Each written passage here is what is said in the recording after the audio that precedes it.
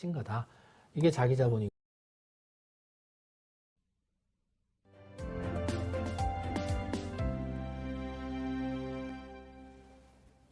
네, 여러분 안녕하십니까. 이번 시간에는 이제 지난 시간에 이어서 여러 가지 재무 비율 중에서 성장성 비율과 시장가치 비율에 대해서 살펴보도록 하겠습니다. 이 성장성 비율은 이제 일반적인 어떤 기업의 뭐 성장의 속도라든가 성장의 규모라든가 이런 걸 이제 우리가 파악할 수 있는 건데 그게 이제 결과적으로 이제 경쟁력하고도 관계가 있겠죠, 그죠? 그래서 경쟁 능력의 변화 정도 이런 것도 측정이 가능하다. 그래서 기업의 외형적인 성장 정도를 파악을 해서 해당 산업 내에서의 경쟁력이 얼마나 있는지 하는 것들을 평가할 수 있다 하는 부분이고, 그래서 성장성 비율은 뭐 크게 복잡하진 않은데 이제 기본적으로 얼마만큼 증가했느냐 하는 것들을 본다 이렇게 보시면 돼요. 그래서 대부분 다 매출액 증가율, 자기자본 증가율, 총자산 증가율 이렇게 평가를 하는데, 여기에 특징이 보시면 매출액이라고 하는 것은 누적 금액이죠. 그래서 한 해 동안, 한 회계 연도 동안 그 단기간에 그 당해 회계 연도 동안에 발생한 총 누적된 매출액을 가지고 얼마만큼 전년도에 비해서 증가했느냐라는 걸 보기 때문에, 그래서 이제 이런 면에서 보면 여기서 매출액이라는 것 자체가 플로우, 유량의 개념이다. 그러니까 이게 흐름의 개념이죠. 그래서 이것을 증가 개념으로 사용하기 위해서는 여기에 만약에 t 이퀄 0 시점이고 여기에 t 이퀄 1 시점이라고 했을 때 여기에 그 매출액이라는 게 어떤 기간 개념으로 우리가 환산해서 볼 수 있다. 그래서 이제 뭐 어떤 시점을 기준으로 해서 그 전년도 t-1 시점까지 비교를 해보면 전년도 전기 매출액을 기준으로 했을 때 단기 매출액이 얼마나 차지하느냐, 이런 비율로 볼 수 있겠죠. 마찬가지입니다. 자기 자본 비율도 근데 이제 여기서 이제 특징이 자기 자본이라고 하는 것은 하나의 시점이죠, 또 이게. 그렇지만 이제 이게 그래서 이게 매출액은 기간 개념으로 사용이 되고 자기 자본은 이 시점 기준으로 여기가 바로 전기 말 자기 자본이 되고, 그것을 기준으로 단기 말 여기에 자기 자본의 증가 폭을 기준으로 해서 얼마만큼 증가 감소했느냐, 뭐에 비해서 전기 말의 기준으로 봤을 때. 그래서 여기 전기 말이라는 말은 단기 초라고 해도 똑같아요. 전기 말이나 단기 초 같은 말이에요. 그런 특징이 있고, 총자산도 마찬가지로 이 두 개는 스탁의 개념이다, 저량의 개념이다, 한 시점에서의 개념이고, 매출액이라는 것은 유량, 플로우의 개념이다.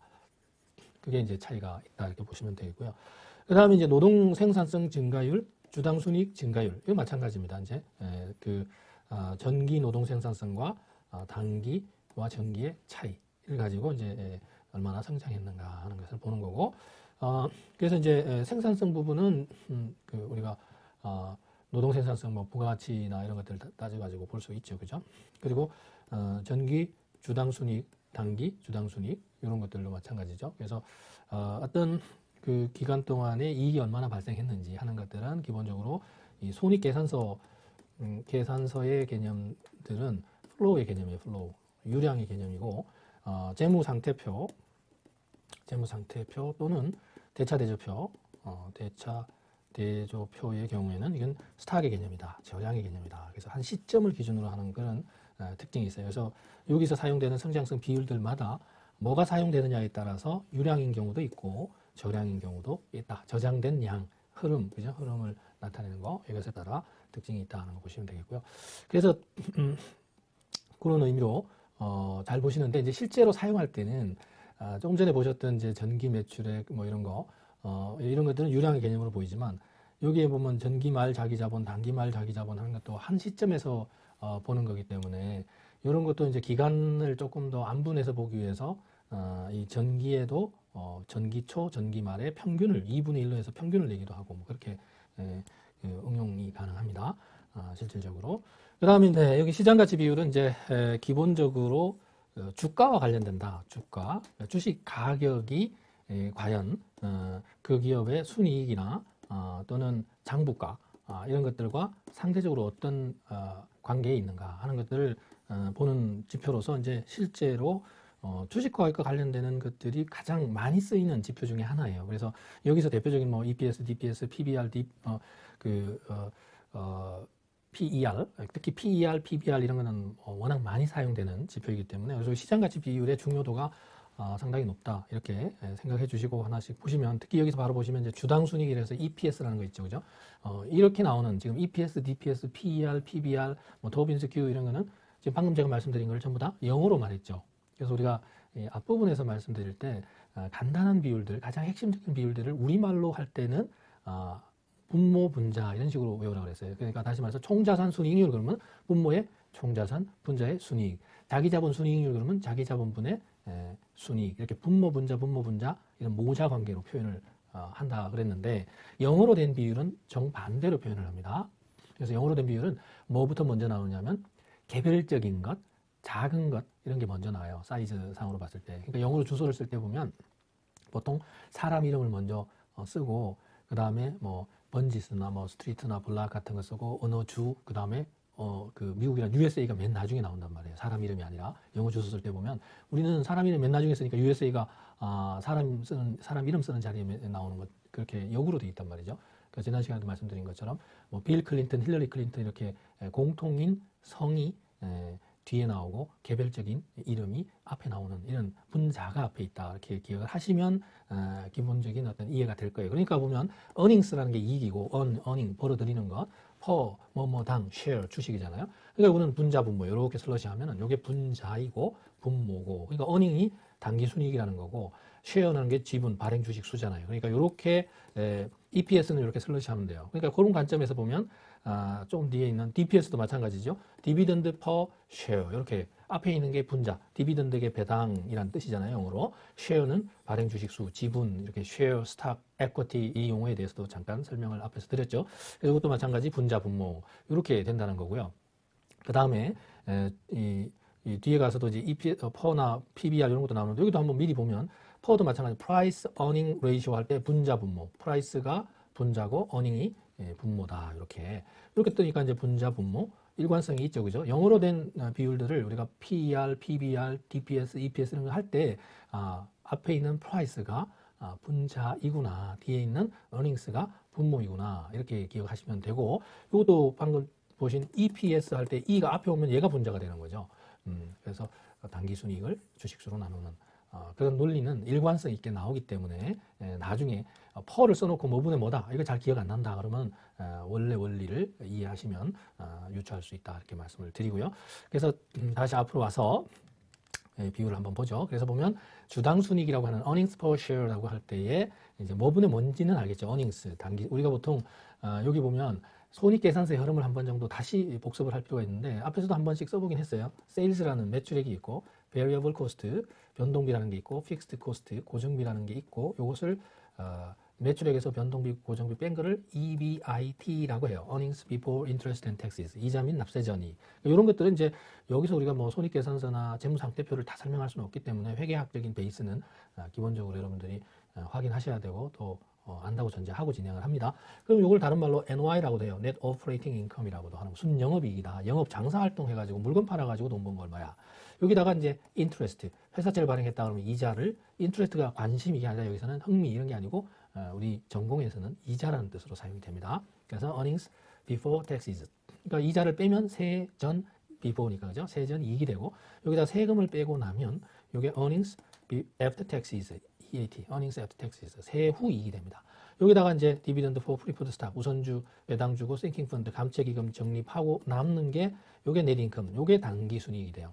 그래서 요 단기 순이익이 요런 흐름을 통해서 산출이 된다. 만들어지면 요 단기 순이익을, 요 net income을 number of stock, 주식수, 발행 주식수로 나눈 것이 이게 바로 주당 순이익이라고 하는 거다. 그래서 최종적으로 매출이 실현되는 기업에서 최종적으로 마지막 단계에 이제 주주들에게 돌아가는 단기 순이익을 주식수, 주주들이 가지고 있는 지분이죠. 그 주식수로 나누면 한 주당 얼마나 벌어들였느냐, 한 주당 얼마나 남겼어, 뭐 이런 얘기가 되는 거죠. 그래서 그게 바로 EPS라고 하는 주당 순이익이라는 의미를 우리가 가질 수 있다. 그래서 EPS를 주당 순이익이라는 말 한국 이렇게 우리말로도 많이 쓰지만 그냥 EPS 이렇게 많이 써요. EPS, DPS, PER, PBR 그런 거 많이 쓰니까 이런 것들은 그냥 일반적인 뭐 기사 같은 데도 그렇고 우리 전공뿐만 아니라 경제 그 일반 상식에서도 많이 쓰니까 그냥 EPS가 뭐분의 뭐다 정도는 충분히 숙지할 수 있도록 반복해서 보시면 좋겠습니다. 그 다음에 그래서 이러한 주당 순이익은 보통주의 주당 순이익을 나타내는 지표로서 주식 가격을 평가할 때 중요한 요인이 된다. 그래서 earnings per share 해가지고 얘가 이제 net income을 number of stock 주식 수로 나누었는데, 그죠? 그러니까 한 주당 얼마나 남겼어 이런 거 할 때 그 EPS가 점점 증가한다거나 어떤 추세가 봤을 때 EPS가 감소한다거나 이런 부분 기업에 대한 전망이나 이런 걸 파악하는 데 도움이 되겠죠.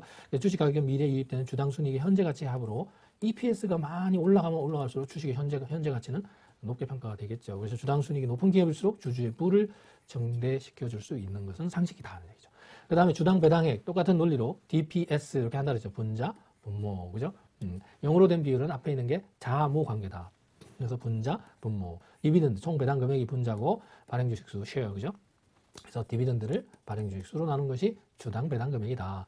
그 다음에 여기서 이제 여기 유의해서 기억하셔야 될 게 배당률, 배당 수익률, 배당 성향을 여러분들이 전공 서적이나 관련 금융 경제 관련 교과서들에서 많이 보는데 또 일반 기사 같은 데서도 나오는데 그 용어가 조금씩 달라요. 그러니까 이게 헷갈려 할 수도 있는데 차이가 있습니다. 배당률은 우리나라는 주당 액면금액이라는 게 있죠. 주당 액면금액이 1,000원 이상으로 이렇게 균일하게 할 수 있도록 돼 있잖아요.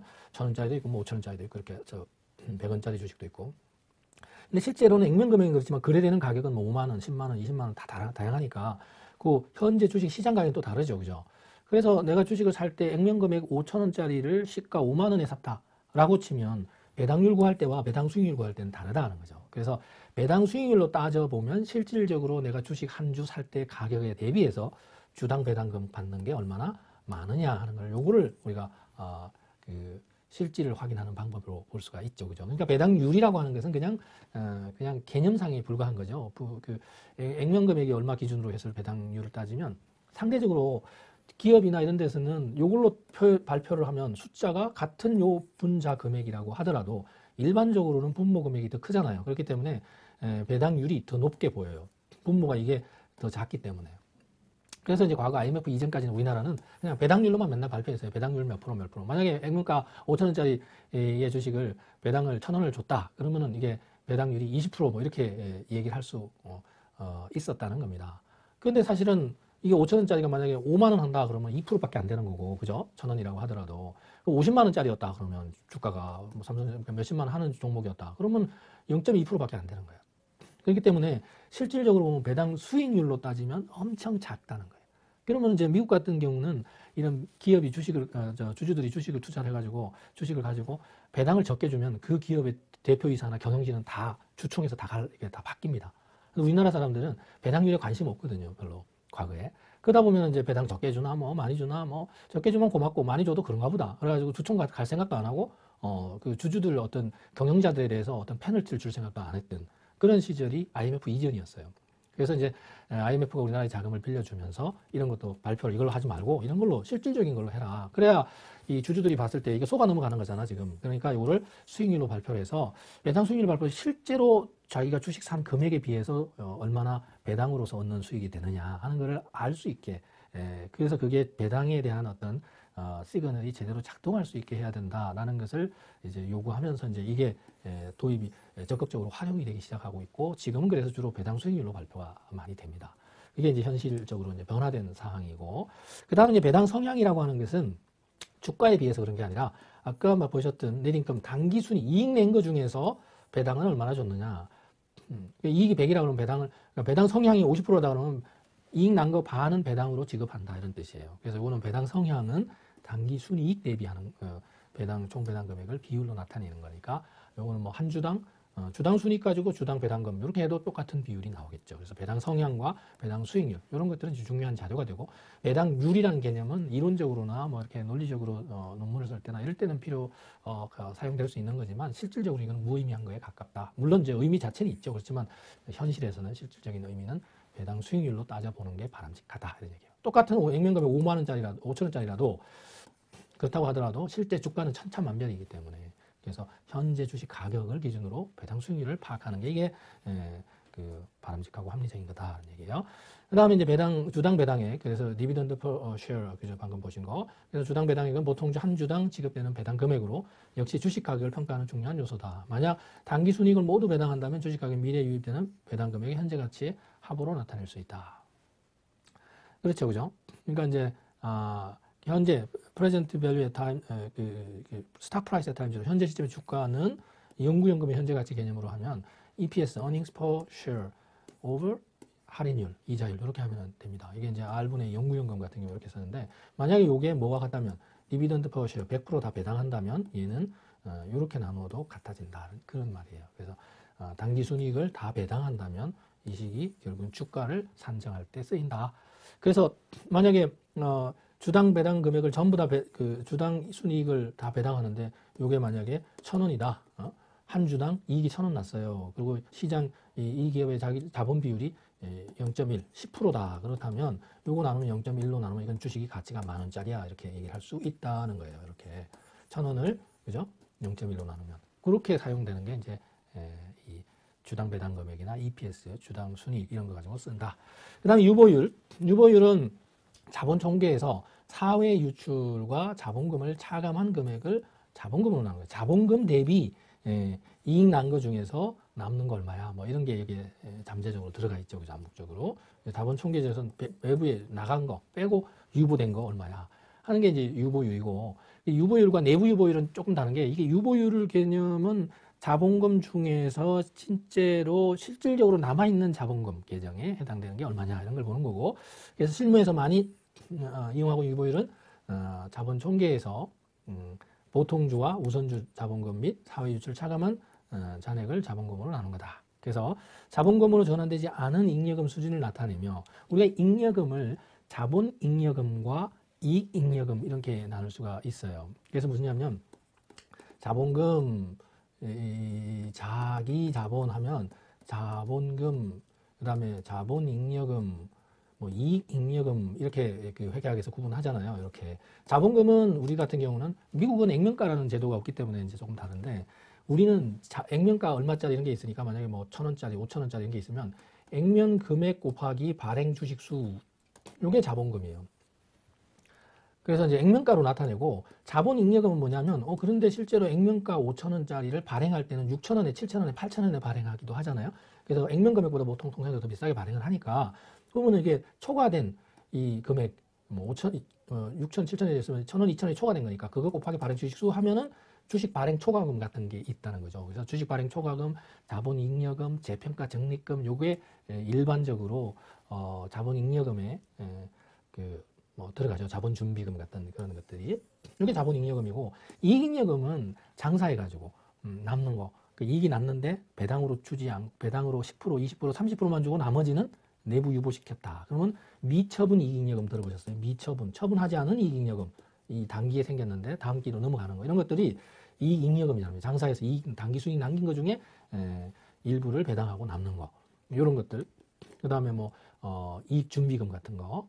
이런 것들이 이제 여기에 들어가는데 요 이익잉여금을 자본금으로 전입할 수도 있어요. 그래서 전입하지 않으면 여기 자본금으로 전환되지 않은 잉여금 수준을 나타내는 유보율이 높을수록 무상증자의 가능성이 크다는 것을 의미한다. 이러한 자본금 계정에 대한 이해가 있으면 조금 더 쉽게 여러분들이 이걸 알 수 있을 것 같은데 그래서 자본금이라는 건 자기 자본이라고 하는 것은 이렇게 자본금을 포함해서 자본잉여금, 이익잉여금을 다 합친 거다. 이게 자기 자본이고 그 자기 자본에서 이익잉여금 같은 게 자본금으로 전환이 안 된 게 있다면 그런 부분 전환되지 않은 잉여금 수준을 나타내고 유보율이 높을수록 무상증자의 가능성. 그러니까 이게 이익잉여금 이런 게 남는 게 이익 냈는데 배당 안 하고 남는 게 있으면 이걸 가지고 주주들에게 기존 주주 한 주당 이 2주만큼씩 주식을 더 줄게요. 그러면은 그리고 이 금액을 한 주당 곱하기 여기 있는 주가 현재 주가 해서 그것만큼 환산해서 이 미처분 이익잉여금을 자본금으로 그 금액만큼 전입을 시킬 수 있겠죠. 발행 주식수가 외부에서 주주에게 돈 안 받고 요걸로 이익잉여금을 자본금 계정으로 계정만 옮기면 되잖아요. 그죠? 금액을. 그렇게 옮겨놓는 이런 과정을 무상증자라고 그래요. 무상. 돈, 대가 없이 증자를 하는 거죠. 주주들에게 대가 없이. 그래서 무상증자 하면 기존 주주는 그냥 좋은 거죠. 원래 한 주였던 사람이 두 주, 세 주가 된다면 1대1로 정지할 수도 있고 2대1로 1대2로 정지할 수도 있고 그죠. 그래서 유보율이 높은 경우 무상정자에 대한 기대감으로 인해서 주가는 상승한다. 그래서 유보율에 대한 의미를 우리가 확인할 수 있고요. 그 다음에 여기서 retained earnings이라서 내부 유보율은 좀 달라요. flowback ratio는 retained earnings 개념인데 retention rate라고도 하죠. 그를.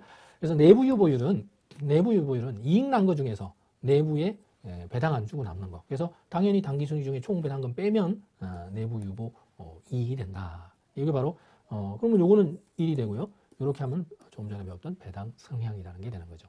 자, 그래서 이제 그냥 유보율은 자본금을 기준으로 얘기하는 거고 좀 전에 보셨던 유보율은 그냥 이 자본금을 기준으로 하는 거고 이 내부 유보율이라고 하는 것은 이익 난 거 중에 내부로 남기고 나머지는 배당 주고 이런 개념에서 내부 유보된 게 차지하는 비율 이렇게 보시면 된다는 겁니다. 그런데 이제 통상적으로 내부라는 말 안 쓰고 그냥 유보율 이렇게 많이 혼용해서 써요. 그거는 신문에서는 그냥 유보율 그러면 앞에 있는 것보다 내부 유보율을 의미하는 경우가 더 많긴 합니다. 그래서 둘 다 비슷하게 활용이 되고 있다 이렇게 보시면 되겠고 당기순이익 중에서 사내에 유보해 둔 부분이 차지하는 비율이다. 그래서 배당 성향에 대응되는 비율이 되겠죠. 당기순이익 중에서냐 자본금 중에서냐에 따라서 유보율이냐 내부 유보율이냐 용어가 조금 다르죠. 차이가 있으니까 구분하시면 되고요. 그 다음에 주가 이익 비율 이런 말을 우리가 가격 이익 비율 이렇게 쓰긴 하지만 한국말로 근데 이거보다 그냥 퍼 이게 더 많이 쓰이는 말이에요. 퍼. 그래서 퍼라고 하는 price earning ratio 퍼는 그냥 외워두셔야 돼요. 퍼, PBR, DPS, EPS 이런 것들은 그냥 그대로 씁니다. 영어 그대로.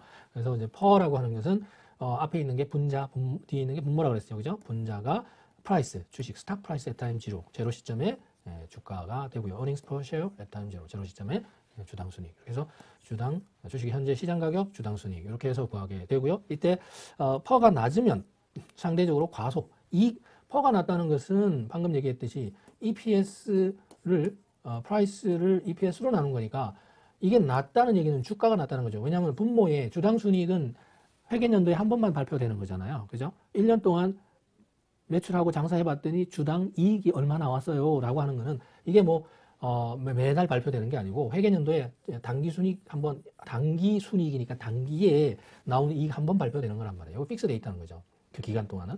근데 그거에 비해서 얘가 주가는 계속 플럭추에이션이 있죠. 올랐다 내렸다 하면 높으면 주가가 높은 거고 과대평가 이익에 비해서 높은 거고 낮으면 주가가 분모에 비해서 픽스돼 있는 분모에 대해서 낮은 거니까 퍼가 낮으면 과소평가되는 거. 상대적으로 싸구나. 같은 이익을 냈는데 주가가 쌀 때 퍼가 낮을 때 과소평가돼 있다 이렇게 얘기하는 거고 이게 높으면 과대평가돼 있다 이렇게 얘기를 해요. 그래서 주로 저포 종목을 일단 골라요. 주식을 잘 모르는 사람도 처음 주식에 입문하게 된다 그러면 어떤 종목을 고를까요? 라고 기계적으로 고를 때는 퍼가 쭉 있으면 퍼가 상대적으로 전체 중에서 그럼 얼마가 적은 거야? 이거 아무도 몰라요. 다만 업종에서 또는 그 우리나라 시장에서 미국 시장에서 퍼가 한 10이면 적정히 한 보통 정도 대평균 정도. 근데 그거보다 더 높아 더 낮아. 아니면 그 산업의 퍼는 어떤 건 산업의 퍼는 또 달라요. 산업의 퍼는 그 산업의 퍼가 15 정도 되고 7 정도 되고 이게 업종마다 다 다르단 말이죠.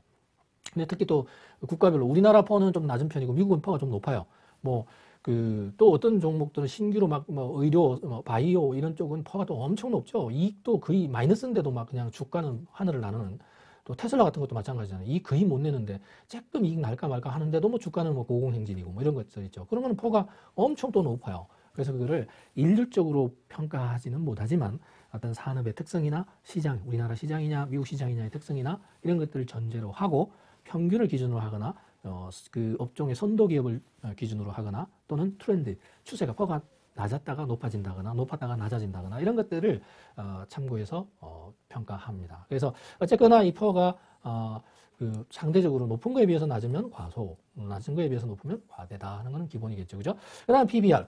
이것도 마찬가지예요. Price Book Value Ratio니까 분자, 분모 이렇게 쓰는 거다. 앞에 있는 게 분자, Price Book Value. 이렇게 해서 분자, 분모 이렇게 되는 거죠. Price 주가고, Book Value 장부가고, 그죠? 이렇게 해서 Book Value를 가지고 주가를 나누는 이게 PBR이에요. PER, PBR, 좀 전에 배웠던 EPS, DPS 이런 것들은 아주 기계적으로 사용되는 거니까 그냥 기본적으로 많이 써요. 그러니까 여러분들이 주식 투자하거나 하거나 이럴 때 그냥 HTS나 이렇게 단말기 안에 들어가서 홈트레이딩 시스템이나 이런 데 다 들어가도 이런 수치들은 다 그냥 나와요. 그냥 이 PBR, PER 이렇게 그걸로 써 있어요. 주로. 물론 우리말로 옮겨놓은 것도 주당순위 이런 것도 옮겨놓긴 하지만 DPS, EPS를 많이 쓰니까 그 정도는 숙달되게 알아두시면 좋을 것 같고요. 모든 위험에 동일하다는 가정하에 상대적인 주가 수준을 측정하는 척도가 들이 이제 사용이 되는데 여기 PBR도 이게 이제 여기 PBR이 낮으면 이것도 낮게 평가되어 있고 높으면 높게 평가되어 있다. 왜? 좀 전에 보셨던 이 식에서 한번 보시면 장부가라고 하는 것은 이게 그러니까 주당 장부가도 재무상태표, 대차대표의 일정 시점에서 얘기란 말이에요. 요거는 한 수치를 가지고 주가가 높으면 이게 높아요.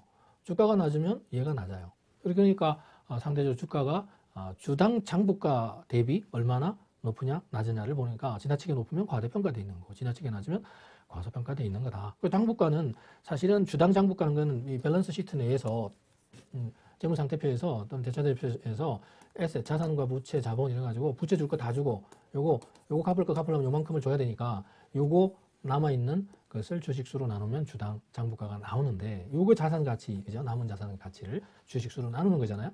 그러니까 보통 이걸 지금 당장 있는 자산 다 갚을 건 다 갚고 있는 자산을 주당으로 환산하면 얼마일까? 청산 가치 개념에도 가깝습니다. 자, 그렇게 보시면 되겠고 그 다음에 주당 순자산 비율을 해서 price net asset value, 그죠? 그래서 이제 이렇게 나누면 되죠. 역시 price 분자 분모, 그죠? 분자 분모 영어로 된 비율들은 그래서 주당 순자산 비율은 분자의 시장 가치 price가 오고 net asset value는 분모에 온다. 분자 분모 이렇게 되니까. 그래서 이거는 이제 여기서 주가 장부 가치 비율과 동일한 비율로 취급이 되고 좀 전에 봤던 뭐 장부 가치나 순자산 아까 부채 빼고 나머지 순자산의 청산 가치 개념으로 많이 쓰인다고 그랬죠. 모든 위험이 동일하다는 가정하에서 여기서 여전히 측정된 지표인데 주가수 순자산 비율이 낮으면 이거는 주식 가격이 상대적으로 낮게 높으면 과대평가 이렇게 일관성 있게 보시면 되고 그래서 이제 만약에 주당 순자산이 음수인 경우에는 주가 순자산 비율의 역수인 순자산 주가 비율을 이용하기도 한다. 이게 무슨 얘기냐면 주당 순자산 비율이 엄수라는 얘기는 갚아야 될 걸 다 갚고 나면 이게 오히려 소위 말하는 자본 잠식이라는 거 들어보셨죠? 오히려 부채가 더 많아요. 부채가 너무 많아가지고 자산 다 팔아서 갚아도 못 갚는다. 그런 경우 주당 순자산이 음수라는 거죠. 오히려 마이너스라는 거예요. 그 주가 순자산 비율의 역수인 순자산 대비 주가를 비교하기도 한다. 참고하시면 되겠고요. 그런 일이 있으면 그런 기업을 쳐다보면 안 됩니다. 가치 없는 기업으로 볼 수 있죠. 그 다음에 프라이스 캐시플로우 레이시오. 이것도 분자 분모. 주가를 캐시플로우로 주당 현금흐름으로 나눈 거다. 그래서 이제 그 다음에 이제 중요한 거. 그래서 여러분들 지금 방금까지 배운 것 중에 뭐 이 순자산 비율 뭐 이런 것도 중요하지만 그거보다는 앞에 4개 EPS, DPS, per PBR 그 4개 하고 토빈스 큐 이거 아주 중요합니다. 그래서 이거는 상대적으로 중요도가 있는 거니까 한번 보시면 이 토빈스 큐는 이렇게 나눈 거예요. 다시 말해서 대차대표 또는 재무상태표가 이렇게 있다고 할 때 에셋, 반드, 스탁 채권은 반드, 본드처럼 딱 고정되어 있잖아요. 액면 금액 딱 정해져 있고 액면 이자 딱 정해져 있어서 그게 그대로 정해진 대로 픽스된 대로 만기까지 가는 겁니다. 그래서 반드라고 그래요. 반드 채권을. 그래서 이제 이거를 원래 정상적이면 자산 총계하고 부채와 자기자본 총계가 이렇게 대차대표는 밸런스, 그래서 균형, 밸런스 시트라고 그러잖아요. 밸런스 시트. 그래서 BS 대차대표를 얘기한다고요. 이게 이제 지금 뭐 국제회계 기준에 따라서 이제 재무 상태표라고 얘기를 하는데, 그래서 같은 내용이에요, 결국에는. 자, 그럴 때 얘를 원래는 이 오른쪽에 자금을 이렇게 부채나 자기자본으로 조달해서 자산을 구입하게 되는 거잖아요. 자산으로 보유하게 되는 거죠. 그거를 B 플러스 S, 오른쪽의 전체 가치를 A, 차변의 가치로 나누면 요 비율이 원래는 정상적이면 1이 돼야 되잖아요. 같아야 되잖아요. 분모나 분자가 크게 같아서 1이어야 되는데 현실에서는 요거를 예를 들어서 분모는 자산의 대체 원가, 지금 똑같이 가지고 있는 기계, 설비, 건물, 책상 뭐 이런 거, 모니터, 컴퓨터 이런 거를 다 대체 원, 리플레이스먼트 코스트니까 대체 원가는 그거 지금 똑같은 거 시장에서 사면 얼마일까? 그러니까 중고로 사든 뭐로 사든 같은 거 사면 얼마냐? 그게 대체 원가예요. 원가 측면에서 보는 거고 분자에 있는 채권이나 주식은 지금 주식 거래되는 가격, 주가 곱하기 발행 주식수, 채권의 가격, 요거를 분자에 쓰니까 이건 시가죠, 시가. 그러니까 요 비율은 다를 수 있잖아요. 주주들이 그러니까 이게 무슨 얘기냐면 예를 들어서 대표적으로 자동차를 만드는 회사가 있는데 자동차 만드는 회사의 제조 라인, 생산 라인의 설비는 다를 수가 없어요. A라는 자동차와 B라는 자동차 생산 라인이 크게 크게 다르지 않다는 거죠. 그러면은 이 대체 원가, 가지고 있는 기업의 대체 원가는 같은데도 불구하고 잘 나가는 기업의 자동차 회사의 주식 가격이나 채권 가격은 비싸요. 근데 곧 망할 것 같은 옛날에 대우가 망하기 전에 여기 이 채권 가격은 거의 뭐 종이값이었죠. 그러니까 그리고 회사가 부도가 나면 뭐 주식 가격은 바닥이잖아요. 근데 같은 설비를 가지고 있는데도 불구하고 분모의 자산은 같은 규모로 있는데도 불구하고 이 기업에 대한 어떤 사람들의 미래 전망이나 인식이 부정적이면 분자는 아주 낮게 평가가 됩니다. 그것에 따라서 높게 평가되기도 하고 좋은 기업은 우량 기업은 그래서 이제 그런 것을 이제 그걸 보는 게 토빈스 큐라는 토빈이라는 사람이 제안한 건데 이게 뭐냐 미래 기업의 가치를 예측하기 위한 척도다. 그래서 앞으로 전망이 좋은 기업은 당연히 토빈스 큐가 높죠. 그래서 일반적으로 토빈의 큐 비율이 높을수록 기업의 미래 전망이 좋은 거다. 왜? 주가가 그게 반영이 되니까 주가는 선행한다 그러잖아요. 몇 개월, 6개월이나 뭐 앞으로의 장래의 가능성을 보고 지금 주식 가격이 결정이 되거든요. 우리가 뭐 테슬라가 지금 당장에 적자인데도 만약에 과거에 지금 조금씩 이익이 나지만 그 주가는 마이너스가 아니잖아요. 마이너스일 수가 없으니까 주가는 계속 오르는 거고 또 바이오 업체들도 마찬가지예요. 임상실험 해가지고 뭐 신약 개발해가지고 1상, 2상, 3상 가면서 그게 희망을 보고 하는 거지. 지금 연구 개발비 때문에 마이너스인데도 이 손실은 발생을 해도 주가는 오르는 게 이런 현상 때문에 가능하다. 도빈의 Q식에서 분모의 대체 원가를 평가된 총자산이 동일한 기업이라고 하더라도 미래 성장 가능성에 대한 전망에 따라서 부채나 자기 자본의 시장 가치는 서로 다르게 나타난다. 그래서 인플레이션은 자산의 대체 원가를 최초의 구입 원가로 또 뭐 상승을 시키는데 그런 것들 다 감안하고 대차대표에 대한 추가적인 정보로서 그러니까 재무상태표, 대차대표 같은 말이죠. 기존의 대체 원가를 파악하는 것이 중요하다. 그래서 분모에 들어가는 대체 원가를 사실은 시기적절하게 대체 원가 한 20년 전에 30년 전에 산 물건을 지금 그 가격으로 파악할 수는 없잖아요. 그래서 그런 걸 잘 반영을 해야 된다 하는 거고 자, 이게 이제 두 가지 관점에서 전혀 다른 시각에서 평가하고 활용이 되기도 해요. 토빈의 Q가 1보다 크다 하는 것은 야, 이거는 1원을 분모 1원 투자하면 대체 원가 자산 1일 때 그 1보다 더 많은 거를 우리가 그 수익을 낼 수 있다. 이런 관점이죠. 자본의 가치가 캐피탈 이퀴프먼트, 그죠? 장비, 자본 장비니까 자본의 가치가 자산을 대체하는데 필요한 비용보다 더 크다. 똑같은 분모에 1을 넣어도 그보다 더 많은 게 나오니까 기업 투자를 하려는 동기가 발생하고 1보다 작으면 투자해봐야 오히려 원가보다 안 나오는데 이런 얘기죠. 그래서 투자를 할 만한 요인이 사라진다. 이게 이제 하나의 관점이고 실적 연구 결과에 따르면 토분의 Q 높은 기업일수록 실제 기업의 투자 성과도 높게 나오더라. 뭐 상식이죠. 그 다음에 이제 또 반대 입장에서 이제 이거를 그 기업을 외부에서 바라보는 기업 사냥꾼 M&A 시장에서는 M&A Merger and Acquisition 기업을 사거나 기업의 한 사업 부문을 사거나 뭐 어떤 LG의 어떤 부문 뭐 핸드폰 부분, 스마트폰 부분만 산다거나 뭐 어퀴지션이에요. 기업 자체를 통째로 사는 걸 merge라고 인수, 합병. 요거는 인수, 요거는 합병이라는 말로 씁니다. 그죠?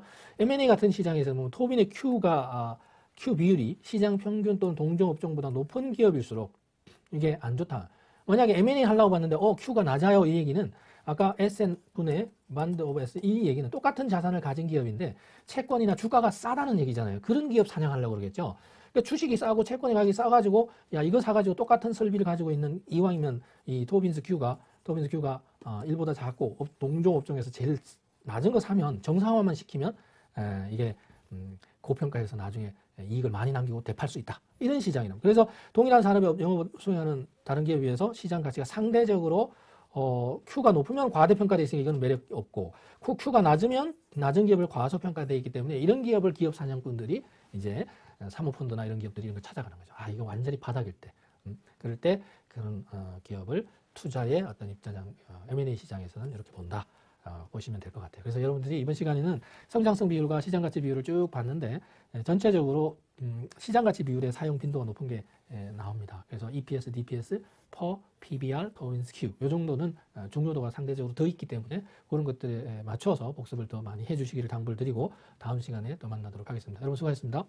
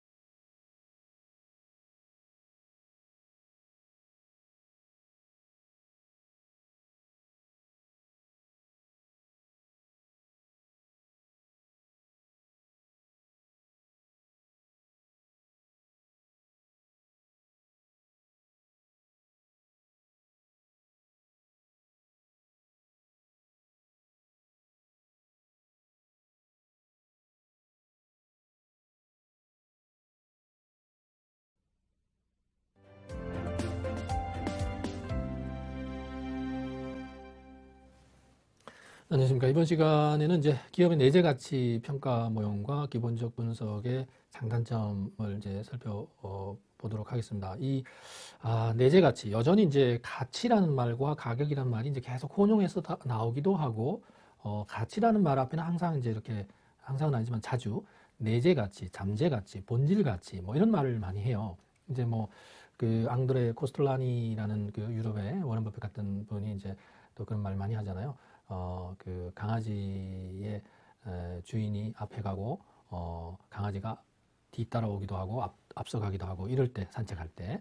그럴 때 이제 주인을 가치, 본질 가치라고 본다면 강아지는 현상이다. 이게 이제 그 겉으로 드러나는 외형적인 부분들이 본질적인 가치보다 가격이 더 높게 보이기도 하고, 형성되기도 하고, 낮게 형성되기도 하는 이런 관계에서 이제 가치를 얘기할 때는 항상 이렇게 본질적인 측면에서 이 intrinsic value, 내재되어 있는 가치를 많이 얘기를 해요. 그럼에도 불구하고 그걸 완벽하게, 누구도 추상적이잖아요. 그렇기 때문에 그걸 완벽하게 내재되어 있는 가치를 어떻게 평가할까에 대해서 정해진 답이 딱 하나 있는 건 아니에요. 그래서 이제 통상적으로 이제 그러한 내재 가치 평가 모형이라는 걸 통해서 결국은 가격을 추정 뭐 이런 걸 하는 건데 살펴보게 되는데, 그 대표적인 모형이 이제 배당 평가 모형 또는 이익 평가 모형이라고도 하고요. 우리가 이익을 전부 다 배당한다고 했을 때 동일한 모형이 되겠죠. 그래서 이제 그게 이제 배당이 성장하지 않는 배당이 있고 성장하는 배당이 있다. 그래서 이제 영원히 배당을 지급한다고 했을 때 영구 배당 평가 모형. 그게 단순 영구, 성장 영구 이렇게 구분이 되고요. 그 다음에 성장 기회 평가 모형 이런 게 있고, 경제적 부가가치, Economic Value Added, EVA 모형이라고 하죠. Economic Value Added, 부가가치가 얼마나 창출이 되느냐 이런 것들 보는 모형들이 있는데, 하나씩 보시면 단순 영구 배당 평가 모형은 배당이 영원히 일정한 금액으로 이루어진다고 가정할 때 개별 주식의 가치를 구할 수 있다. 그래서 이제 방금 그 어떤 관점에서 봤을 때 배당이 지금도 1,000원, 1,000원, 내년에도 1,000원, 10년 후에도 1,000원, 100년 후에도 1,000원 이렇다면, 영원히 일정하다면 영구연금의 현재 가치 구하는 산식하고 똑같아요. 그게 바로 요거예요. 여기 써놓은 과정은 그냥 연금에, 우리가 고등학교 수학에서 보면 연금을 가지고 등비 수열에 합부하는 공식을 사용을 하는 겁니다. 다시 말해서 연금이라고 하는 것은 동일한 현금 흐름이 단위 기간 동안 돈이나 현금 흐름이 반복해서 발생할 때 그 금액을 연금이라고 한다. 단위 기간 동안 1년 단위로 보통을 얘기하니까 애뉴어티라고 하게 되는 거예요. 그래서 이 애뉴어티라고 하는 것은 단위 기간, 이게 연금이라고 표현을 합니다. 연금. 단위 기간 동안 연 단위로 일정하게 들어오는데 해마다 1,000원, 1,000원, 1,000원, 1,000원 이렇게 발생을 한다면 이게 1,000원이라고 보면, 이제 이런 경우에 등비 수요에 합구하는 공식과 같은데 1시점에 1,000원의 현재 가치, 2시점에 1,000원의 현재 가치, 3시점에 현재 가치 이런 걸 구하면 이렇게 된다는 거죠. 디비던드를 할인을 1승으로 할인하고 2번 할인하고 2승, 3승, n승으로 할인하게 되잖아요. 자, 그럴 때 이게 할인 과정을 다 합치는 건데, 합치는 거는 우리가 등비 수열에 합구하는 공식은 초항에다가 1-R에 1-R의 n승 이런 식으로 구한단 말이죠. 그래서 여기 R이라는 거는 이제 보통 이 공통 비율이라고 하는 공비, 등비 수열의 공통 비율이 뭐냐? 여기서 나온 공통 비율이 요거예요. 공통 비율이 1 플러스 R 분의 1 요거만큼씩 계속 첫 항에 곱하면 두 번째 항이 되고, 두 번째 항에 1 플러스 R 분의 1 곱하면 세 번째 항이 되고, 그래서 요게 바로 공비라는 거죠. 그래서 그게 그 1-R 분의 1-R의 n승인데 n이 무한대잖아요, 기간이. 그러니까 요거는 0으로 수렴하고, 분모가 엄청나게 커지고 1 그러면 0.00000 무한대로 가다가 1이니까 이건 0에 goes to 0, 그죠? 이건 0에 수렴하게 되고요. 컨버전사 수렴하게 되고, 그리고 분자는 1만 남는 거죠, 이렇게. 요거를 이제 정리를 하면 결국에는 요거가 요거 소거되고 없어지고, 여기 마이너스 1 플러스 1 없어지고 요렇게 남습니다. 그래서 이제 이런 식이 나와요. 그래서 식을 알려라고 하는 게 아니라, 뭐 대학 과정이니까 이제 그 고등교육 과정에서는 이제 과정도 알고 공식만 딸랑 놓고 하는 거는 이제 뭐 고등학교 때나 하는 거잖아요. 그래서 뭐 고등학교 때도 과정도 많이 보긴 하지만, 어쨌든 우리 전공에서는 이제 그런 관점에서 이제 재무관리 같은 데서 이런 걸 자세히 봐요.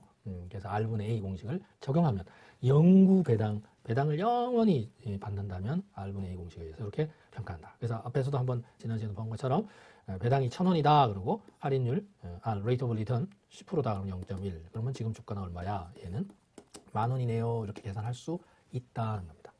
그죠? 그런 과정이고, 이게 이제 만약에 배당을 이 earnings per share, 이제는 EPS라고 하면 이게 분자 분모구나, 이 정도는 알아야 되겠죠, 그죠? 그래서 주당 순이익을 전부 다 배당을 다 준다면 요거는 결국엔 DPS가 되겠죠, dividend per share가 되겠죠, 그죠? 그렇게 돼서 요게 같아진다. 결정한 같은 식으로 쓸 수 있다 이런 얘기고. 근데 이제 사실은 이게 보통 인플레이션이라는 게 있잖아요. 100년 전, 뭐 10년 전, 30년 전보다 지금 물가가 올라가지고 똑같은 이 과자를 하나 사더라도, 라면 하나를 사더라도, 짜장면 하나 먹더라도 가격이 다 물가 인상 때문에, 인플레이션 때문에 더 비싸졌잖아요. 그런 관점에서 보면 배당도 30년 전에 100원 줬으면, 1000원 줬으면 지금은 그보다 더 그래서 보통은 이 배당이 이렇게 그로스 레이트라고 해서 성장률이라는 게, 배당률이 성장한다. 그러면 0.5%라도, 그죠? 0.05, 그죠? 0.5%라도 0.005 뭐 이런 식이 되겠죠, 그죠? 0.5%. 이게 이렇게라도 성장한다면 그 성장률을 감안해서 만약에 뭐 0.1%, 0.001 해서 이 0.1%가 성장한다. 그렇게 되면 처음에는 뭐 아니면 10% 성장한다. 0.1, 그죠? 10% 성장한다. 그러면은 이제 이게 보통 1,000원 주던 게 1,100원, 1,210원, 1,330원 이런 식으로 계속 성장할 수 있죠, 그죠?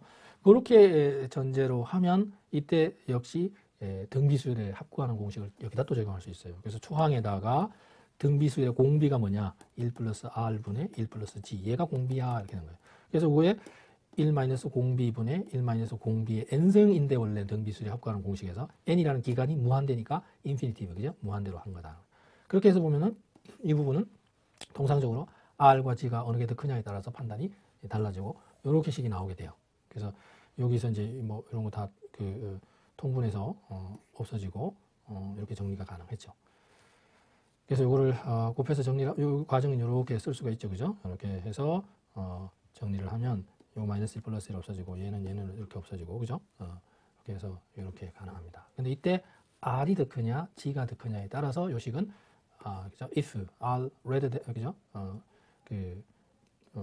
greater than G, G보다 더 크다. 만약에 그러면 이렇게 이제 요걸 쓸 수 있다. 왜냐하면 반대로 G가 더 크면, 만약에 조금 전에 이 산식에서 여기에서 이제 달라져요. R이 더 크면 분모가 더 크다는 얘기잖아요. 그럼 분자 분모의 분수값은 1보다 작다는 얘기죠. 1보다 작은 0.1이다 가정하면 0.1 곱하기 0.1 곱하기 무한대로 곱하면 0.0000 해서 거의 goes to 0, 0으로 수렴해요. 그래서 R이 더 크면 이 부분이 0으로 가기 때문에 R-G분의 D만 남아요. 이렇게 된다는 거죠. 근데 반대로 좀 전에서 G가 더 크다 그러면, 이 G가 더 크다 그러면 어떻게 되냐? 분자가 더 크다는 얘기죠. 그럼 1보다 더 큰 값을 계속 곱하면, 무한대로 계속 곱하면 무한대가 돼요, 여기가. 그래서 그걸 뭘로 나누든 간에 무한대를 뭐 상수로 나눈다 그래봐야 무한대예요. 그래서 이거는 이렇게 되면 무한대가 돼요. 근데 이런 경우는 잘 없고, 일반적으로 이런 경우가 더 많기 때문에 이 식을 많이 씁니다. 그래서 예를 들어서 배당이 1,000원이고 성장률은 뭐 10%고 0.1이고 그다음 그 배당 할인율은, 성장률은 0.05다. 그러면 얘는 얼마가 되냐면 2만 원이 된다는 얘기예요. 그죠? 이런 식으로. 그래서 이제 이 성장하지 않는 경우보다 배당을 자꾸 성장해서 주면 주가도 2배로 뻥 뛰잖아요. 그죠? 이런 거를 금방 계산할 수 있어요. 실무에서 이거는 많이 활용이 되는 산식입니다. 계산 간단한 거잖아요. 배당 얼마씩 평균적으로 최근 20년 동안 줬으니 앞으로도 그 정도 준다고 가정을 하면 시장 이자율, 자기 자본 비용이 얼마가 되고 그 다음에 성장률 이런 걸 추정할 수 있다면, 물론 이제 이런 걸 정확하게 추정할 수 있다는 전제 하에서 그런 거죠. 그런 것들을 이제 펀드 매니저나 애널리스트들이 면밀하게 하는 거죠. 자, 그 다음에 그래서 여기서 성장률은 어떻게 구할 거냐?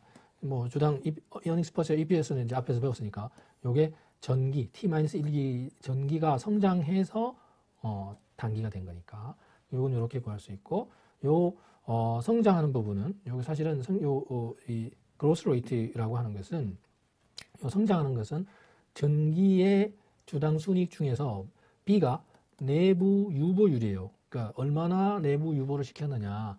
이익 중에 배당 주고 남는 거 가지고 재투자할 거 아니에요, 그죠? 이익 중에 earnings per share, 주당 순이익 중에 내부 유보한 것만큼을 재투자할 거죠.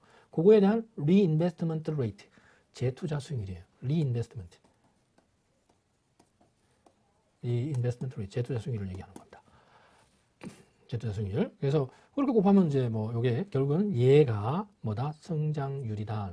성장률 G는 뭐다? 내부 유보율 곱하기 재투자 수익률. 이렇게 구할 수 있다. 아주 유명한 식이고 많이 씁니다.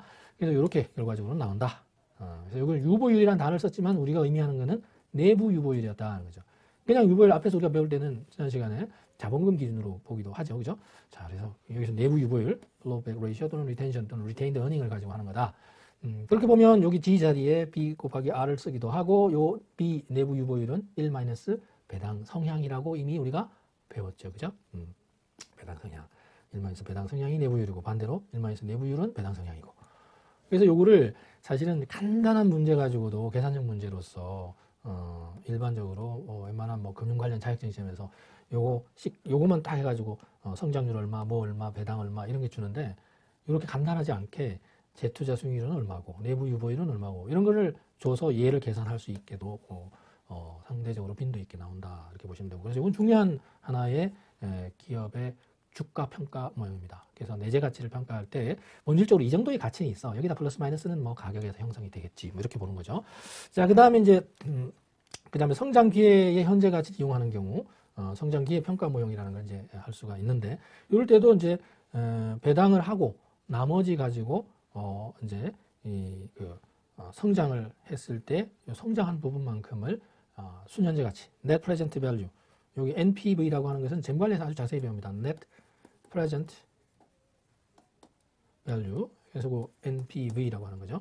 순현재 가치를 내부 유보시킨 걸 가지고 계속 반복해서 재투자하면 순현재 가치가 계속 영원히 발생할 수 있잖아요. 그거에 대해서 그 성장이 증가하면서 발생을 하니까 성장이 증가하는 거니까 일반적으로 성장 배당 평가 모형과 같은 식으로 성장 배당 평가 모형 R-G분의 D1 이런 식이었잖아요. 이게 P0였는데 요거를 응용한 겁니다.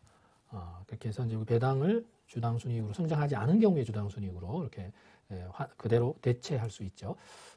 자, 그런 모형이 하나 있고 또 하나는 이제 우리가 경제적 부가가치라는 부분이 있어요. 그래서 경제적 부가가치는 투하 자본의 기회 비용과 영업활동 현금 흐름을 함께 고려해서 기존의 회계적 이익을 대표하는 지표들보다 가치 중심의 경영 성과를 평가하는 적절한 가치 평가 모형이다. 길게 써 있는데 그냥 관점을 경제적 부가가치, 부가가치라는 부분에 경제적 그다음에 부가가치, value added 이게 무슨 숨은 뜻이 있냐면 자 우리가 손익계산서 플로우를 다시 한번 써볼게요. 매출액, variable cost 변동비 빼고 fixed cost 고정비 빼고 EBIT, earnings before interest and taxes 이자 및 납세 전 이익 또는 net operating income 순영업이익 여기다가 interest 이자 빼면 earnings before taxes 세전 이익이 되고 세금을 빼면 세후 이익이 되죠. earnings after taxes 여기다가 디비던드, 포프리프드, 스탁, 싱킹 펀드, 감채기금 이런 거 다 빼면 넷인컴 단기순이익이 나온다. 그래서 경영자가 매출, 장사, 영업활동 해가지고 또 재무활동 해가지고 기업에 이자 줄 거 주고 세금 낼 거 다 내고 뭐 고정비 변동비 다 충당하고도 단기순이익이 얼마나 나왔어. 그래서 이거 플러스 많이 나왔으니까 경영 잘했네라고 볼 수도 있는데 여기서 보면 이자 비용이나 뭐 이런 거 다 이게 제조 원가 같은 거 이런 거 다 감안을 하는데 이 기업의 가치, 이익 낸 거를 경영자를 평가할 때 누구 입장에서 주주 입장에서는 이렇게 평가할 수 있는데 순수하게 기업 입장에서 보면 주주에게 줘야 되는 배당이라든가 주주가 가져가는 매매 차익 주주는 두 가지 정도의 소득을 실현할 수 있어요. 배당 소득과 또는 자본 이득이라는 게 있어요. 자본 이득, 배당 소득과 주식 투자하면 가만히 있는데 나오는 불로소득에 해당되는 배당 소득도 있고 뭐 전혀 뭐 불로소득 100%라고 얘기하는 그렇지만 어쨌든 배당 소득이라는 게 있고 또 하나는 자본 이득, 캐피탈 게인. 내가 주식 살 때는 10,000원이었는데 팔 때 20,000원이 됐다. 연말에 가서 20,000원이 됐다. 그러면 자본 이득이라는 게 10,000원이 추가가 된 거잖아요. 그래서 자본 이득, 주가 올라서 돈 벌어. 배당에서 돈 벌어. 요 두 가지가 주주들이 실현할 수 있는 이익이란 말이죠. 그래서 배당 소득과 자본 이득이라고 하는 두 가지가 있는데 이 두 가지를 기업 입장에서 보면 은 채권자가 가져가는 이자라든가 이런 거는 채권자가 가져가는 이자라는 거는 기업 입장에서는 비용이죠. 그래서 그걸 언젠가는 갚아야 될 남의 돈에 해당되는 채권에 대해서 채무에 대해서 지급하는 이자니까 이걸 타인 자본이라고 하고 그것에 대한 비용을 차인 자본 비용이라고 하는 거고 그 다음에 주식의 발행에 대해서 배당이나 매매 차익으로 주주가 실현하는 부분이 있다고 치면 그거는 기업 입장에서 봤을 때는 뭐다? 자기 자본 비용이라고 한다는 거예요. 자기 자본 비용이다. 그래서 그런 관점에서 이제 자기 자본 비용을 감안해 줘야 된다. 그래서 여기서 일반적으로 손익계산서 플로우에서는 주주에게 돌아가는 어떤 이득을 기업 입장에서 비용이라고 인식하는 부분이 빠져 있다는 거예요. 그것도 감안해 보자는 거예요. 그렇게 보면 타인 자본 비용과 자기 자본 비용을 다 포함하는 총 자본 비용, 그걸 가중치를 둬서 계산할 때 그걸 가중 평균 자본 비용이라고 해요. WACC, Weighted Average Cost of Capital 이렇게 얘기합니다.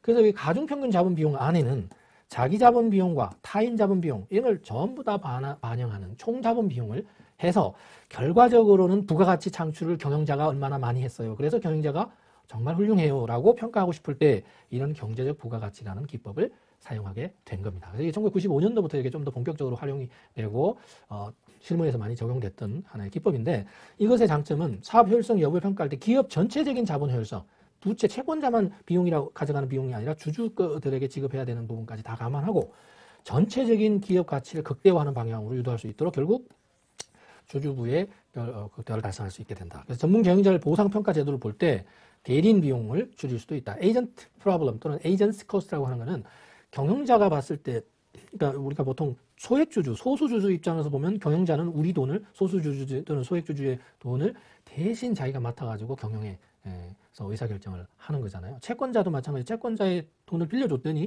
거기에 경영자가 투자를 해가지고 대신 운영하고 이자도 주고 원금도 갚고, 이렇게 대리인 같은 관계가 있습니다. 그래서 전문 경영인은 외부 주주, 그러니까 경영에 참여하지 않는 주주들의 어떤 에이전트다, 대리인이다. 또 채권자들에 대한 대리인이다. 이런 관점에서의 대리인 비용 이론이라는 게 등장을 해요. 자본구조 이론에서. 그래서 그런 것들에 대한 그러면 경영자가 얼마나 주주나 외부 주주나 내부에서 경영 의사결정에 참여하지 않는 외부 주주나 채권자를 대신했을 때 그 전문 경영인이 정말 잘했나라는 걸 평가할 때 이런 게 사용이 된다. 그래서 이제 그렇기 때문에 이제 그냥 단순히 손익계산서만 가지고 경영 잘했다 이런 게 평가하기보다는 이런 관점에서 하면 이런 대리인이 자기가 유리하게끔 하는 그런 부분에 대한 것까지도 대리인이 자기가 개인이 유리하게끔 하는 쪽에서 발생하는 비용들이 있어요. 그러니까 부채 대리인 비용도 있고 자본의 대리인, 자기 자본의 대리인 비용도 있거든요. 특히 이제 예를 들어서 전문 경영인이 자기 개인적으로 만약에 뭐 접대비를 많이 쓴다거나 뭐 자가용을 뭐 외제차 비싼 걸 산다거나 또는 뭐 비서를 한 명만 해도 되는데 3-4명 쓴다든가 이런 비용도 막 드는 거잖아요. 대리인이니까 막 쓴단 말이죠. 그리고 뭐 어떤 뭐 회원권 같은 거, 골프 회원권, 무슨 뭐 그 숙박 회원권 이런 걸 막 쓰고 이렇게 많이 가입해가지고 한다거나 이런 것도 다 대리인 비용입니다. 뭐 그런 걸 다 감안했을 때 포함해서 이제 평가하는 하다 보면 그러면 결국에는 이제 대리인 비용을 눈치 보이니까 많이 발생할 수 있는 여지를 줄일 수 있다 이런 거죠. 그래서 그런 거는 이제 재무관리 자본구조 이런 거 하면 좀 세세하게 나오고요. 어쨌든 그렇게 봤을 때 이코노믹 밸류 어디드 경제적 부가가치라고 하는 것은 세후 영업이익에서 요 중요한 건 요거예요. 가중 평균 자본 비용, 이자 비용만 감안하는 게 아니라 채권자뿐만 아니라 외부 주주들이 부담하는 비용까지도 뭐 내부 주주 포함해서요. 주주들이 비용 부담하는 비용까지도 가중 평균을 내 가지고 총 자본 비용을 비용으로 인식하자. 그게 이제 기본 맥락입니다. 그래서 이제 여기 가중 평균 자본 비용을 여기 있죠. Weighted Average Cost of Capital 가중 평균을 내서 부채와 자기 자본 했을 때 가중치는 뭐냐? 부채보다 자기 자본의 비중이 훨씬 더 크다 그러면 거기에 대한 가중치가 더 많고, 부채가 비중이 더 크다 그러면 뭐 좀 위험하긴 하지만 어쨌든 부채에 대한 가중치를 더 높게 해서 비용을 평균을 낼 수 있는 그런 방법으로 하면 된다는 얘기죠. 그래서 세후순 영업이익이라는 건 뭐냐? Net Operating Profit less, 그죠? 뺀다는 거죠. Adjusted tax, 세금을 뺀 순영업이익이다. 그죠? 그래서 기업 본연의 영업활동으로부터 발생한 수익에서 비용을 차감한 세전영업이익에 조정법인세를 차감해서 구한다. 그래서 여기 계산 시 손익계산서상의 영업이익은 영업 관련 항목을 가감하여 조정하여야 하며 법인세도 조정해야 된다. 이런 게 왜 세세하게 써놨느냐면 요거는 실무할 때 이런 걸 계산하는 게 어떤 이걸 적용해서 EVA를 분석하는 그 리서처, 연구자마다 약간의 차이가 있을 수도 있어요. 또 기업의 경우도 손익계산서 뭐 감가상각비를 어떻게 반영하느냐, 뭐 이 원가 계산도 선입선출이야, 후입선출이야, 감가상각도 뭐 정액법이야, 정률법이야, 이중차감 뭐 이렇게 잔액법 뭐 이렇게 다양하게 있거든요. 그런 거에 따라 좀 다를 수 있어요. 그래서 또 투하자본, 기업의 영업활동으로 관련된 자산으로 영업 관련 순운전 자본, 넷 워킹 캐피탈이라고 하죠. 순고정자산으로 구성된다. 금융자산이나 비업무용 자산을 제외하는. 그래서 이제 투하된 그 어떤 그 경영활동에 직접적으로 그 사용된 자본을 반영하는 거. 금융자산이 뭐 주식 투자했더니 그냥 이 기업이 경영자가 이 영업활동이나 경영활동을 잘했는지 안 했는지 관계없이 그냥 부동산 투자나 주식 투자를 잘했더니 땅값이 확 올랐고 주가가 확 2배, 3배 뛰어가지고 이익 많이 났네. 영업의 비용, 영업의 수익 이런 거 나오면 뭐 그러면 그게 경영자가 잘한 거냐 이런 걸 다 따져보겠다는 겁니다. 그래서 재무상태표 정보로서 영업 관련성 여부나 영업 관련된 금액을 정확히 분류하기 어려운 점이 있기 때문에 이것도 한계가 있어요. 그래서 이거는 사실 EVA라는 게 좀 더 정교하게 사용하려고 한 건데 이거는 이제 사용자나 접근하는 그 리서처나 평가하는 사람에 따라서 이거 차이가 날 수 있는 그런 항목들이 됩니다. 그래서 세후순영업 이익도 그렇고 투하자본도 그렇고요. 그래서 이제 이것을 산출할 때 유의사항, 국내 여러 기관에 산출해 발표하고 있는 EVA는 각각 다른 방법으로 사용한 것이기 때문에 결과의 차이가 상당히 많을 수도 있다. 그래서 세후순영업 이익과 투하자본 계산 과정에 영업 관련 계정 항목의 처리 예상의 차이와 자본 비용의 추정 방법 이런 게 좀 차이가 있을 수 있어요. 그래서 그런 것들을 뭐 얼마나 정확하게 한다는 것은 한계가 있고 일관성 있게 적용해서 비교 평가하는 게 중요하겠죠, 그죠? 뭐 어떤 기법이든 다 이론적으로 나온 것들은 어떤 제약이 있습니다. 뭐 100% 그런 건 아니라 뭐 이렇게 이론이라고 해도 뭐 현재 100% 적합한 것도 있겠지만 드물죠. 자, 그리고 자본 비용 그 추정 방법도 다양하고 계산의 주관성을 배제하기 어렵기 때문에 분석자 간의 이견을 보이고 있다. 자본 비용, 특히 여기 보면 자기자본 비용의 경우 CAPM을 이용해서 그러니까 이게 WACC라고 하는 게 있죠, 그죠? 가중평균 자본 비용을 계산할 때 이거 뭐냐면은 자기 자본 비용 코스트 오브 에쿼티 이거는 S 오브 B 플러스 S 플러스 코스트 오브 B 반드 채권 B 오브 B 플러스 S 이렇게 곱한단 말이에요. 이렇게 곱해서 하고 그죠? 이렇게 계산해서 가중치를 구한단 말이에요. 무선주 있으면 무선주까지 더 반영하겠죠. 그래서 총 자본 부채와 자본에서 자기 자본이 차지하는 비율, 부채와 자본에서 부채가 차지하는 비율에서 부채의 반드의 비용, 그죠? 이자 비용 같은 거.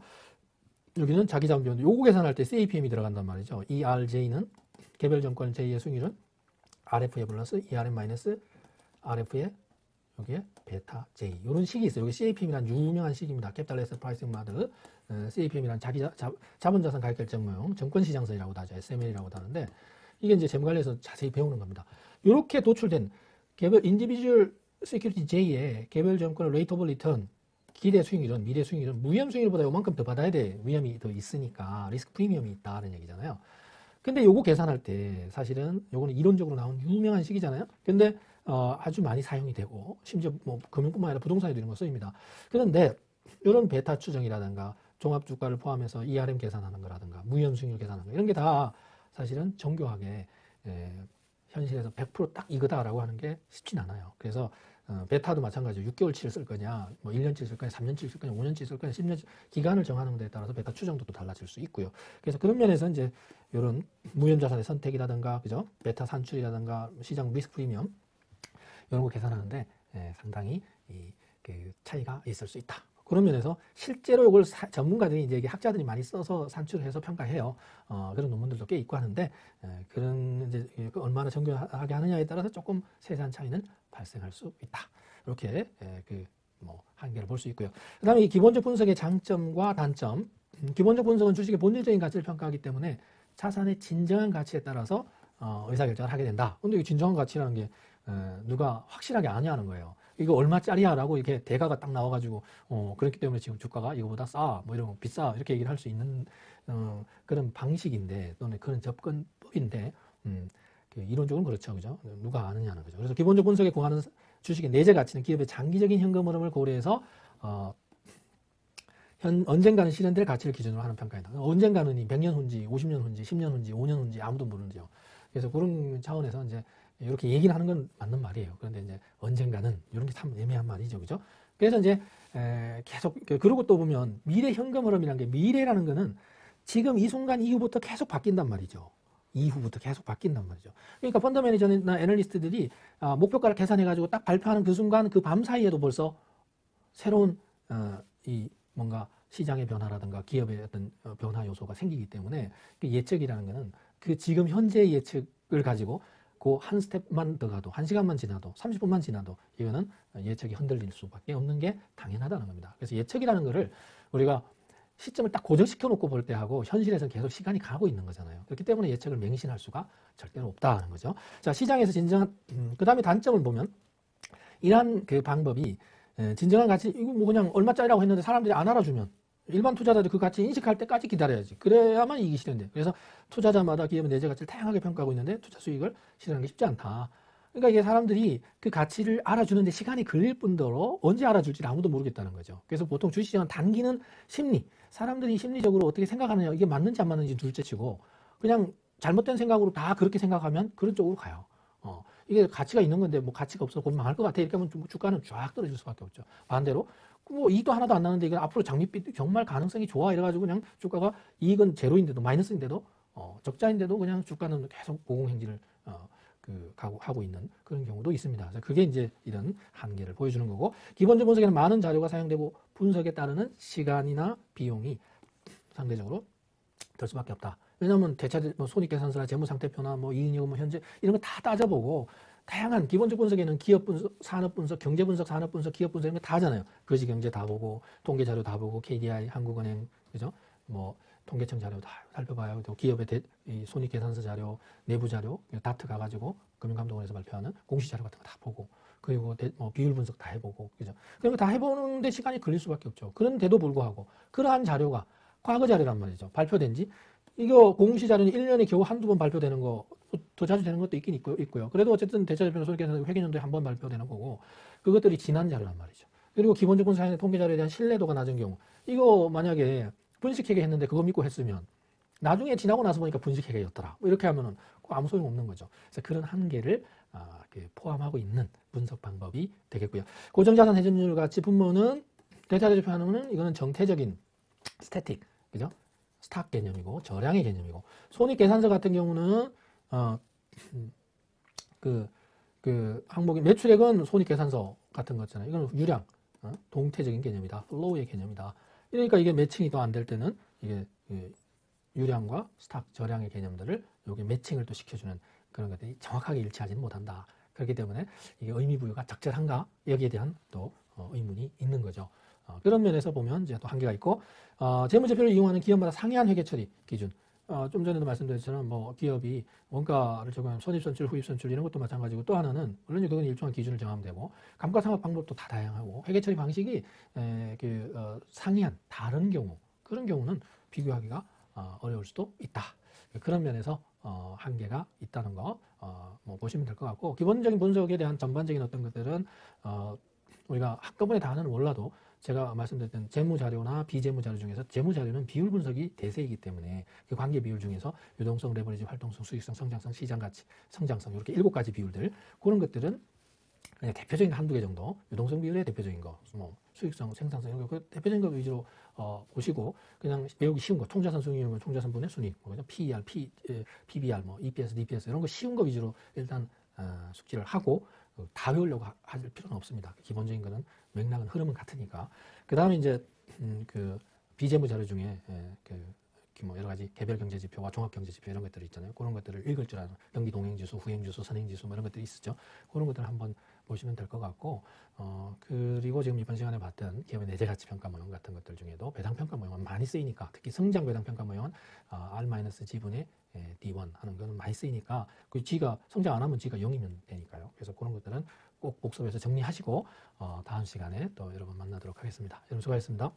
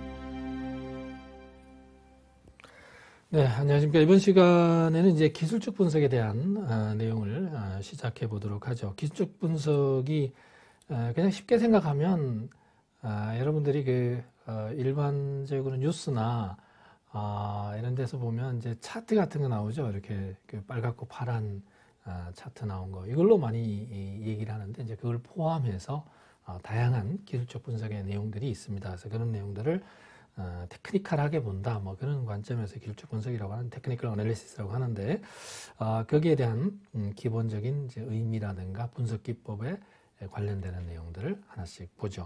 자, 그래서 기술적 분석은 금융자산의 우리가 기본적 분석은 미래 자료를 활용해서 현재의 주식의 가치를 평가한다, 이렇게 얘기를 했죠. 그래서 이제 기술적 분석은 여기가 현재라고 하면 미래 정보를 가지고 미래에 뭐 이익이 얼마 나올 거고 배당은 얼마 줄 거고 뭐 투자하는 좋은 게 있고 그래가지고 현재 주식의 가치를 평가하는 거예요. 이게 얼마짜리야 뭐 이런 식으로. 근데 기술적 분석은 관점이 뭐 반대라기보다 이제 대치되는 건데, 과거 정보를 바탕으로 해서 옛날에 어땠지 이래가지고 차트가 이렇게 올라갔다 내려왔다 하면은 뭐 3만4원 이펙트다 그러면 한 3일 내려가면 4일은 올라가고 뭐 이런 게 80년대 중반 이전에는 있었단 말이죠. 그러면 이제 그런 거 과거 패턴을, 과거 정보를 바탕으로 현재의 주식의 가격을, 현재 주가를 또는 미래 주가를 뭐 한다? 과거 정보를 바탕으로 미래 주식의 가격을 예측하고자 하는 거다. 그래서 금융자산의 가격 결정이 금융자산 수요와 공급에 의해서 결정이 되는데, 과거에 수요 공급에 어때가지고 이렇게 나오더라. 그래서 금융자산의, 물론 이제 또 가치와 가격을 혼용해 쓰는데, 금융자산의 과거에 보였던 가격 행태, 이제 프라이스 비헤이비어를 바탕으로 해서 금융자산의 과거의 수요와 공급에 관련된 정보를 이용해서 적정한 가격을 뭐 한다? 예측한다. 그래서 여기는 이 기술적 분석은 가격을 주로 한번 맞춰볼게. 가치는 얼마짜리인지 난 관심 없어. 가격이 중요해. 라고 하는 사람들이 주로 많이 해요. 그래서 이제 이게 가격이라는 거는 막 계속 시시때때로 변하니까, 그래서 그게 단기 투자 관점에서도 많이 보고, 뭐 획일적으로 기술적 분석은 다 단기 투자나 이런 타기보다는 상대적으로. 그 다음에 이 기본적 분석은 가치 투자하는 사람들이 주로 많이 보는 내용이다. 그렇지만 둘 다 봐야 되죠. 그죠? 자, 그렇게 보시면 되고, 그래서 이제, 기술적 분석은 정권의 시장 가격, 시장에서 가치는 제가 그랬죠. 가치는 그냥 수요 공급이 시장에 안 나타나도 원래는 가치는 얼마짜리야 라는 게 그냥 있는 거예요. 근데 이제 시장에서 매매를 하려면 이제 가격이 형성이 되게 되죠. 그죠? 그래서 매매 이전에 이거는 얼마짜리 가치가 있는 거야 라는 게 있는데, 시장에 딱 내놨더니 시장에서 가격이 그거 원래 가치보다 막 더 쳐주네. 사람들이 인기가 인기가 있어서 서로 사려고 한다. 그럼 가격은 뭐 오르는 거죠. 그래서 시장 가격에 대해서 정권의 수요 공급에 의해서 결정이 되니까, 정권의 수요와 공급에 따르는 가격 분석, 시장 원리에 입각한 거다.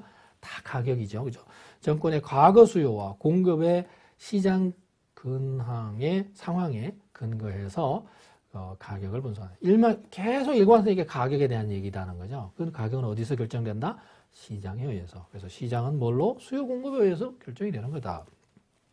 그래서 과거 수요와 공급, 과거 실제자를 바탕으로 하는 가격, 단기적인 시점별 가격 분석이다. 그래서 다 가격에 대한 얘기, 그리고 주식의 매매 시점. 그래서 기본적 분석은 종목을 고르는데, 이거 내 가치가 있는 종목 고를 때는 뭐 한다?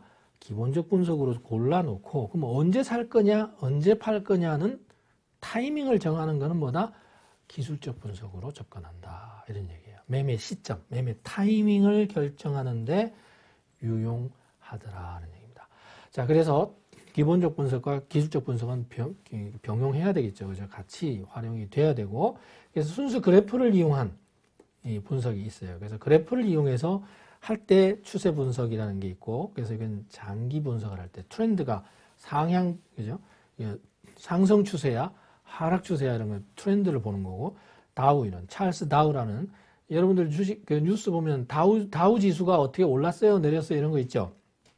요거는 30개 정도의 종목만 가지고도 이게 지금 보는 거예요. 그래서 이게 이 다우 지수는 참 재밌는 거죠. 시장에 뭐 몇천 종목이 있는데도 30개 종목만 가지고 지수 딱 발표하는데 사람들이 그걸 가지고 와 하면서 이렇게 올랐네 내렸네 막 이렇게 본단 말이죠. 이것도 재미있는 거죠. 그런데도 이제 시장의 어떤 경향성을 잘 반영해주고 또 전통적으로 100여 년이 넘게 이렇게 쭉 해오던 거예요. 그래서 찰스 다우라는 사람이 1929년에 세계 대공황을 예측도 했고 이런 사람이니까 그 사람이 만든 지수예요. 다우 존스 지수, 다우 존스 두 사람이 만든 이제 지수인데 다우 이론이 여기 바탕이 되고요. 그 다음에 엘리어트, 이게 사람 이름입니다. 엘리어트 파동. 이게 상승 5파와 하락 3파로 쭉쭉쭉쭉 이렇게 왼손가락 3개 올라가는 거죠. 올라갔다 내려오고 올라갔다 내려오고 올라갔다 내려오고 내려올 때는 요 두 손가락 이렇게 상승 5파 하락 3파 이렇게 돼요. 내려올 때는 자 이렇게 올라갔으면 이제 여기서 한번 내려오고 올라갔다가 조정받고 끝 이렇게. 그래서 여기 하락할 때 올라갈 때는 5번에 걸쳐서 쫙 올라가고요. 내려올 때는 한 번, 두 번, 세 번 이렇게. 이렇게 이제 1파, 2파, 3파, 4파, 5파로 올라가고 1, 2, 3, 4, 5 내려올 때는 A, B, C 3파로 내려오는 이 과정을 요 안에 또 잘게 또 그게 들어가 있고 요 안에도 잘게 들어가 있고 이렇게 보는 방식을 피보나치 수열이나 뭐 이런 걸 가지고 좀 이렇게 최대한 맞추려고 한 거예요. 근데 이게 전체적인 기술적 분석에서는 특징이 뭐냐? 안 맞는 게 많이 나와요. 예외가 너무 많아요. 이건 예외고 100% 맞는 건 없고 뭐 이런 식으로 얘기를 해요. 안 맞으면 예외라 그래요. 그래서 그런 걸 감안해서 봐야 되고요. 그 다음에 유형 분석 패턴, 단기나 중기의 어떤 패턴, 헤드 앤 숄더 이렇게 가더라. 머리가 있고 숄더 어깨가 이렇게 있는데 넥슨 목 라인보다 내려오면 뭐 쭉 올라가거나 쭉 내려가거나 뭐 이런 걸 많이 봐요. 그래서 이 패턴들 N자 패턴으로 간다 뭐 이런 것도 있고 다양한 경험적인 거에서 나옵니다. 이런 것들이 이제 많이 사용이 되고 장세 분석, 중기 분석에 이제 마켓 실적 금융 장세 이게 장세 분석 이런 사이클이 있을 거 아니에요, 그죠? 장세 분석, 금융 장세, 실적 장세, 역금융 역실적 이런 장 패턴을 보죠. 시장의 어떤 분위기, 추세 이런 걸 보는 거예요. 목표치 얼마까지 오르고 얼마까지 내릴 건가 예측하는 이런 방식들이 사용이 됩니다. 자, 그래서 그 하나하나는 이제 뒤에 가서 볼 거고요. 그 다음에 이제 주가 도표를 이용하는 어떤 트렌드 순수 그래프를 이용해서 이제 볼 때 주가 도표 분석을 하게 되는데 개별 도표와 패턴, 추세 분석 이런 게 있다 그랬죠, 그죠?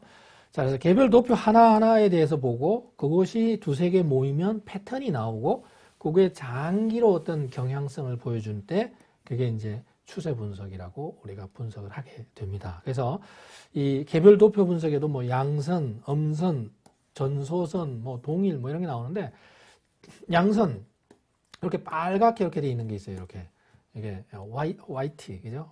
빨간 거 상승 여기가 이제 뭐 뒤에 가면은 이제 대표적인 뭐 차트가 여러 가지 있어요. 이건 캔들 차트고 폴 차트, 바 차트, 앵커 차트 뭐 종류가 많아요.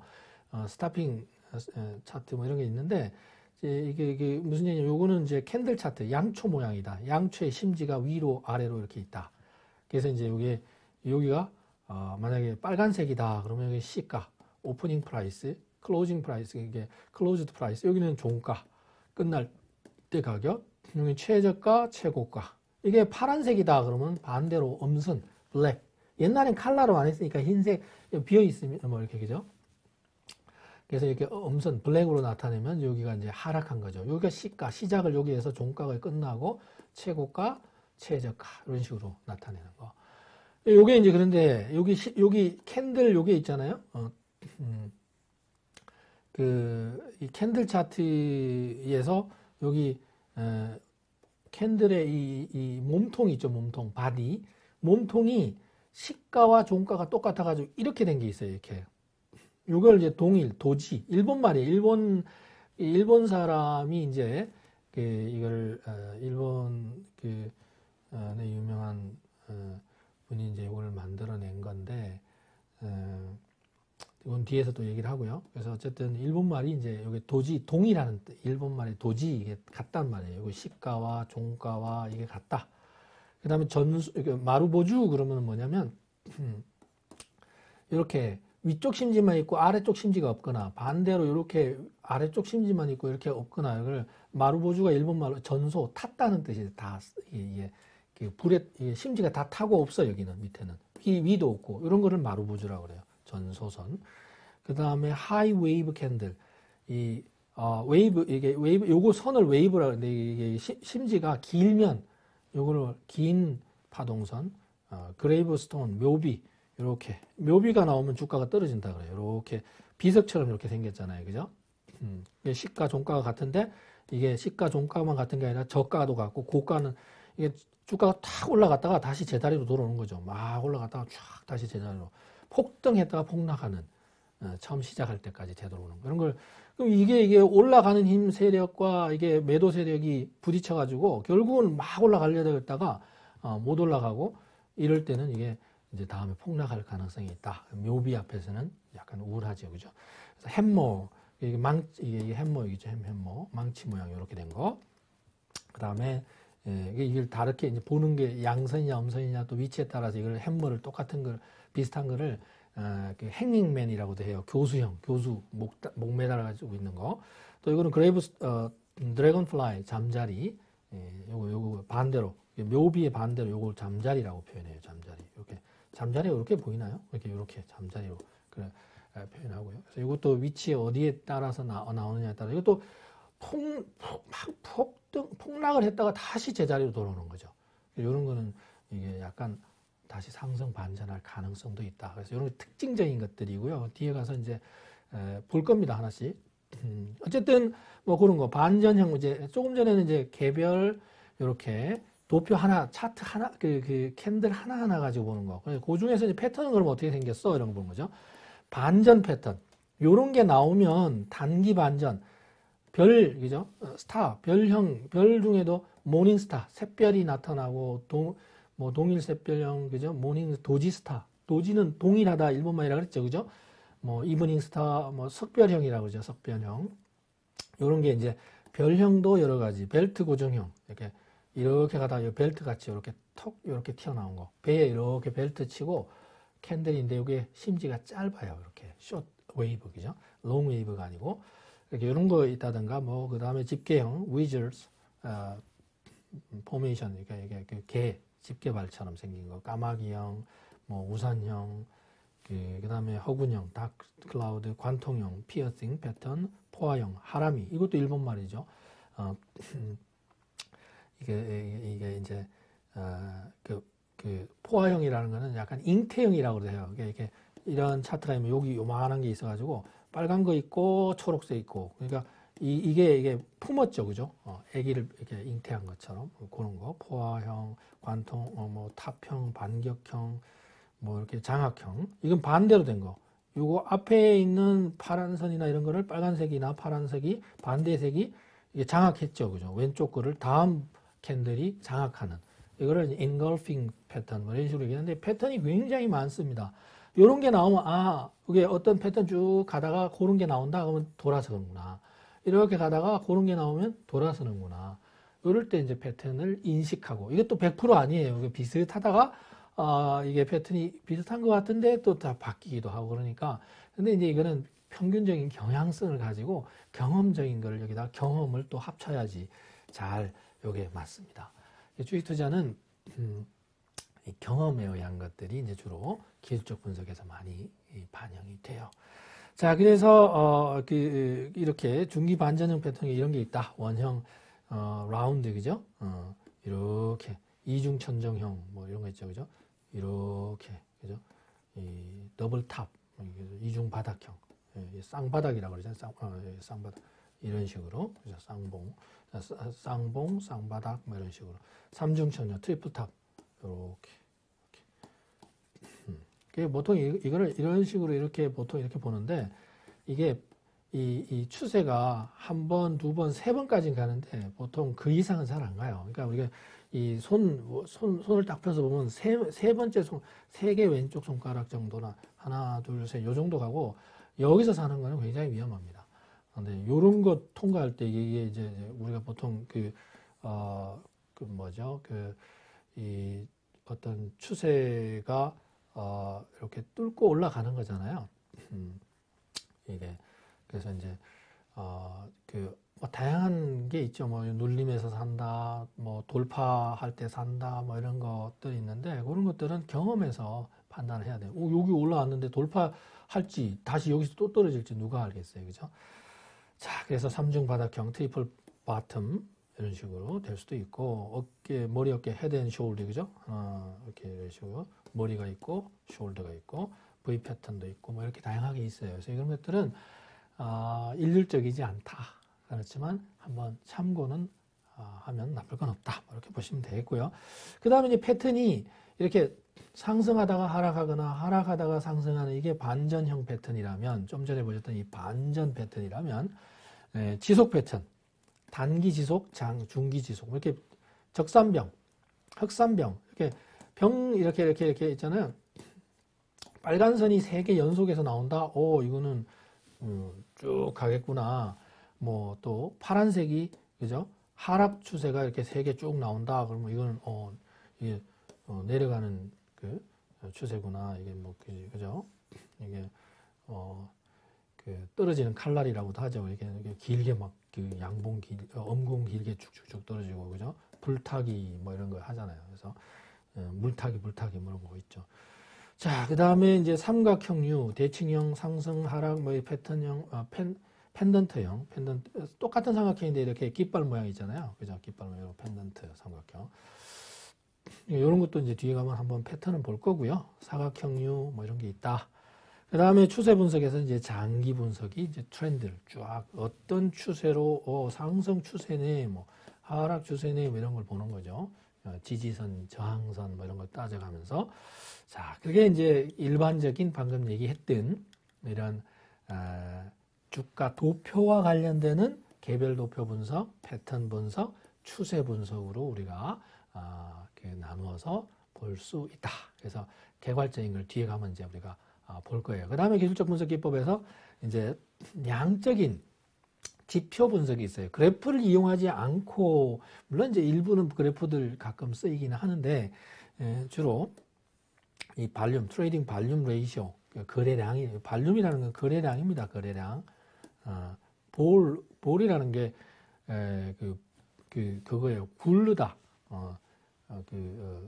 이 자동차 볼보드 굴른다는 뜻이에요. 볼륨도, 책이 옛날에 볼륨이, 이 볼륨이 동글동글 그러니까 이게 소리도 뜻이 되지만, 우리가 책도 볼륨 1, 볼륨 2, 뭐, 1권, 2권 하잖아요. 옛날엔 책이 지금처럼 이렇게 된 게 아니라 두루마리식으로 돼 있단 말이죠. 이렇게. 그래서 볼륨이라는 말이 같은 어원에서 나온 거예요. 어쨌든 트레이딩 발륨도 거래량입니다. 회전하는 양입니다. 사고 팔고 하는 거 사고 팔고 이렇게 거래량입니다. 클라이막스 지금 올랐다 내렸다 하는 걸 이제 표현을 하는 거죠. D. 그다음에 거래량 회전율, 거래대금 회전율, 번한 지표. 빈번할 번자, 한가로울 한자. 얼마만큼 거래가 빈번했냐, 거래가 아주 잠잠했냐, 뭐 이런 걸 보는 지표들이 있고요. 거래량 이동평균수는 뭐 워낙 많이 쓰이니까요. 무빙 에버리지, OBV, On Balance Volume Line. 이것도 거래량과 관련이 있고요. 이런 것들이 이제 거래량과 관련되는 대표적인 지표가 있고요. 이제 그 뒤에 가서 보면 좋겠고, 가격 지표 뭐 여러 가지 있습니다. 그래서 특히 이제 뭐 이격도, 뭐 RSI, 뭐 포인트 앤 피기어, 뭐 이런 거, 역시계 삼선 전환도 뭐 이런 거 쫙 그죠? 다양하게 있어요. 그래서 그런 게 이제 가격 지표이고 양적인 지표들, 거래량, 가격, 양적인 지표고 내부요인 지표도 있죠. 융자, 신용융자, 신용대주, 대차 비율, 회전 일수, 공매 비율 이런 거 들어봤죠. 공매, 뭐 대주, 그죠? 대차 뭐 이런 거 들어봤죠, 그죠? 공매 반복해서 계속 나오죠. 빌공자, 이 매매할 때 판다는 뜻이잖아요. 빌려서 판다는 거죠. 이거 쇼셀링입니다. 쇼셀링. 영어로 계속 반복해서 이해하셔야 돼요. 이게 이제 파는데 진짜로 파는 게 아니라 가짜로 파는 거예요. 그러니까 숏이라는 말은 어디서 등장하게 됐냐면 파생 상품에서 시작이 된 겁니다. 선물 옵션 같은 데서. 그래서 이제 이게 숏이라는 말은 우리가 말할 때 셀과 유사한 성격의 의미가 있어요. 그래서 이제 거기에서 이 공매라는 말은 대주, 주식을 임대한다. 이 주식을 임대한다. 이런 뜻으로 해석을 하시면 돼요. 우리가 주식 얘기할 때 뭐 가부 낙하마, 뭐 가부, 뭐 이렇게 이 기둥, 그죠? 나무 밑둥, 그루트기 이렇게 얘기한다 그랬잖아요. 그걸 이제 가부 방식으로 한다 그래서 주식이라고 그랬잖아요. 그죠? 동업자 조합. 그래서 어쨌든 대주, 주식을 임대해서 빌리는 건데 자기가 주식이 없는데 빌려서 팔아요. 팔면 빌려서 판 거는 그 주식을 다시 사서 또 줘야 되죠. 그러니까 팔았는데 진짜 판 게 아니라 다시 되사야 돼요. 그래서 이거를 임시로 판 거 개념으로 되는 겁니다. 그래서 그때 이 숏이라는 단어는 영어에서 숏이나 롱이 쓰이는 경우에 길다 짧다, 짧다 길다가 아니라 여기서는 우리 전공에서는 이 금융에서는 숏이나 롱은 기본적으로 부족하다, 결핍됐다, 모자란다 이런 뜻이고 롱은 풍부하다, 많다 이런 얘기예요. 그런 의미로 해석을 하시면 됩니다. 그래서 이제 이게 현물하고 대응되는 개념인데 현물, 선물 앞에서도 한번 얘기를 했죠, 그죠? 선물, 선도, swap, 그 다음에 옵션 이런 거 얘기를 했잖아요. 그 현물은 거래하고서 결제가 이 영업일 이내에 이루어지면 현물 거래라고 해요. 그것의 대상물을 현물이라고 하고요. 여기 스팟이라고 그래요, 스팟. 현물. 그죠? 현물. 그래서 이제 어쨌거나 현물은 거래를 하고 사거나 팔겠다고 계약 체결을 했어요. 그러니까 돈 주고 물건 받는 거는 내일 모레까지 가능한 게 현재 거래하는 걸로 인정 이렇게 되는 거예요. 그게 바로 이제 현물 거래고 내일 모레 그러니까 이 영업일 이내니까 오늘부터 내일 모레 하면은 3일 동안이 걸쳐 있죠. 그래서 보통 결제라고 하고 그거를 3일 결제 이렇게 얘기를 해요. 보통 결제는 3일 안에 이루어진다. 이런 얘기죠. 그래서 그런 경우를 현물 거래라고 하고 3일을 초과해서 결제가 이루어지는 경우를 우리는 미래에 뭐가 이루어진다 이렇게 보는 거예요. 그래서 선도 거래, 선물 거래, 옵션 거래, 스왑 거래 이 네 가지는 선도 거래 우리가 앞에서 배웠죠. 선물 거래, 옵션 거래, 스왑 거래 이 네 가지는 기본적으로 뭐다?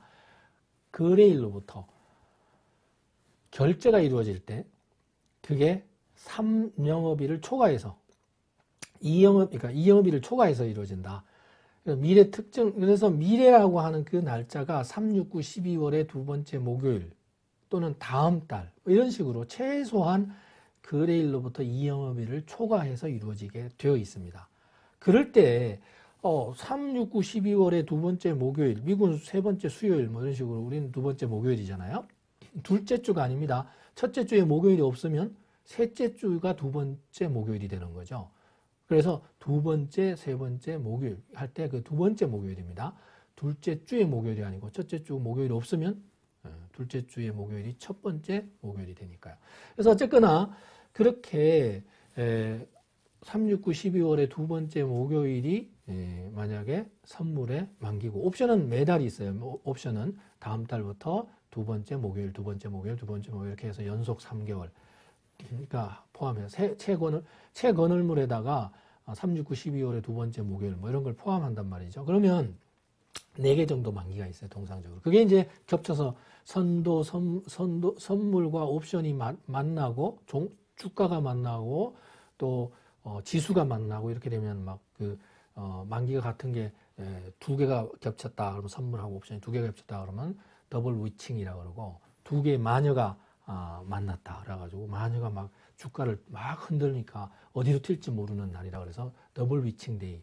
세 개가 만났다 뭐 트리플 위칭, 네 개가 만났다 뭐 쿼드러플 뭐 이런 식으로 얘기를 해요. 그래서 만기, 그래서 선물 옵션 만기일이 겹치거나 그 만기일이 되면 주가의 변동의 방향성이 굉장히 변동성이 높아서 방향성을 예측이 어려워져요. 그래서 어쨌거나 그렇게 미래에 어떤 사겠다고 미래 특정 날짜에 특정한 자산을 일정한 가격에 일정한 수량만큼 사거나 팔겠다고 계약을 하는 게 선도 아니면 선물이고 미래 특정 날짜에 내년 6월달 특정한 자산 삼성전자 주식을 일정한 가격 5만 원에 일정한 수량 한 주를 사거나 팔 수 있는 권리, 그게 옵션이에요.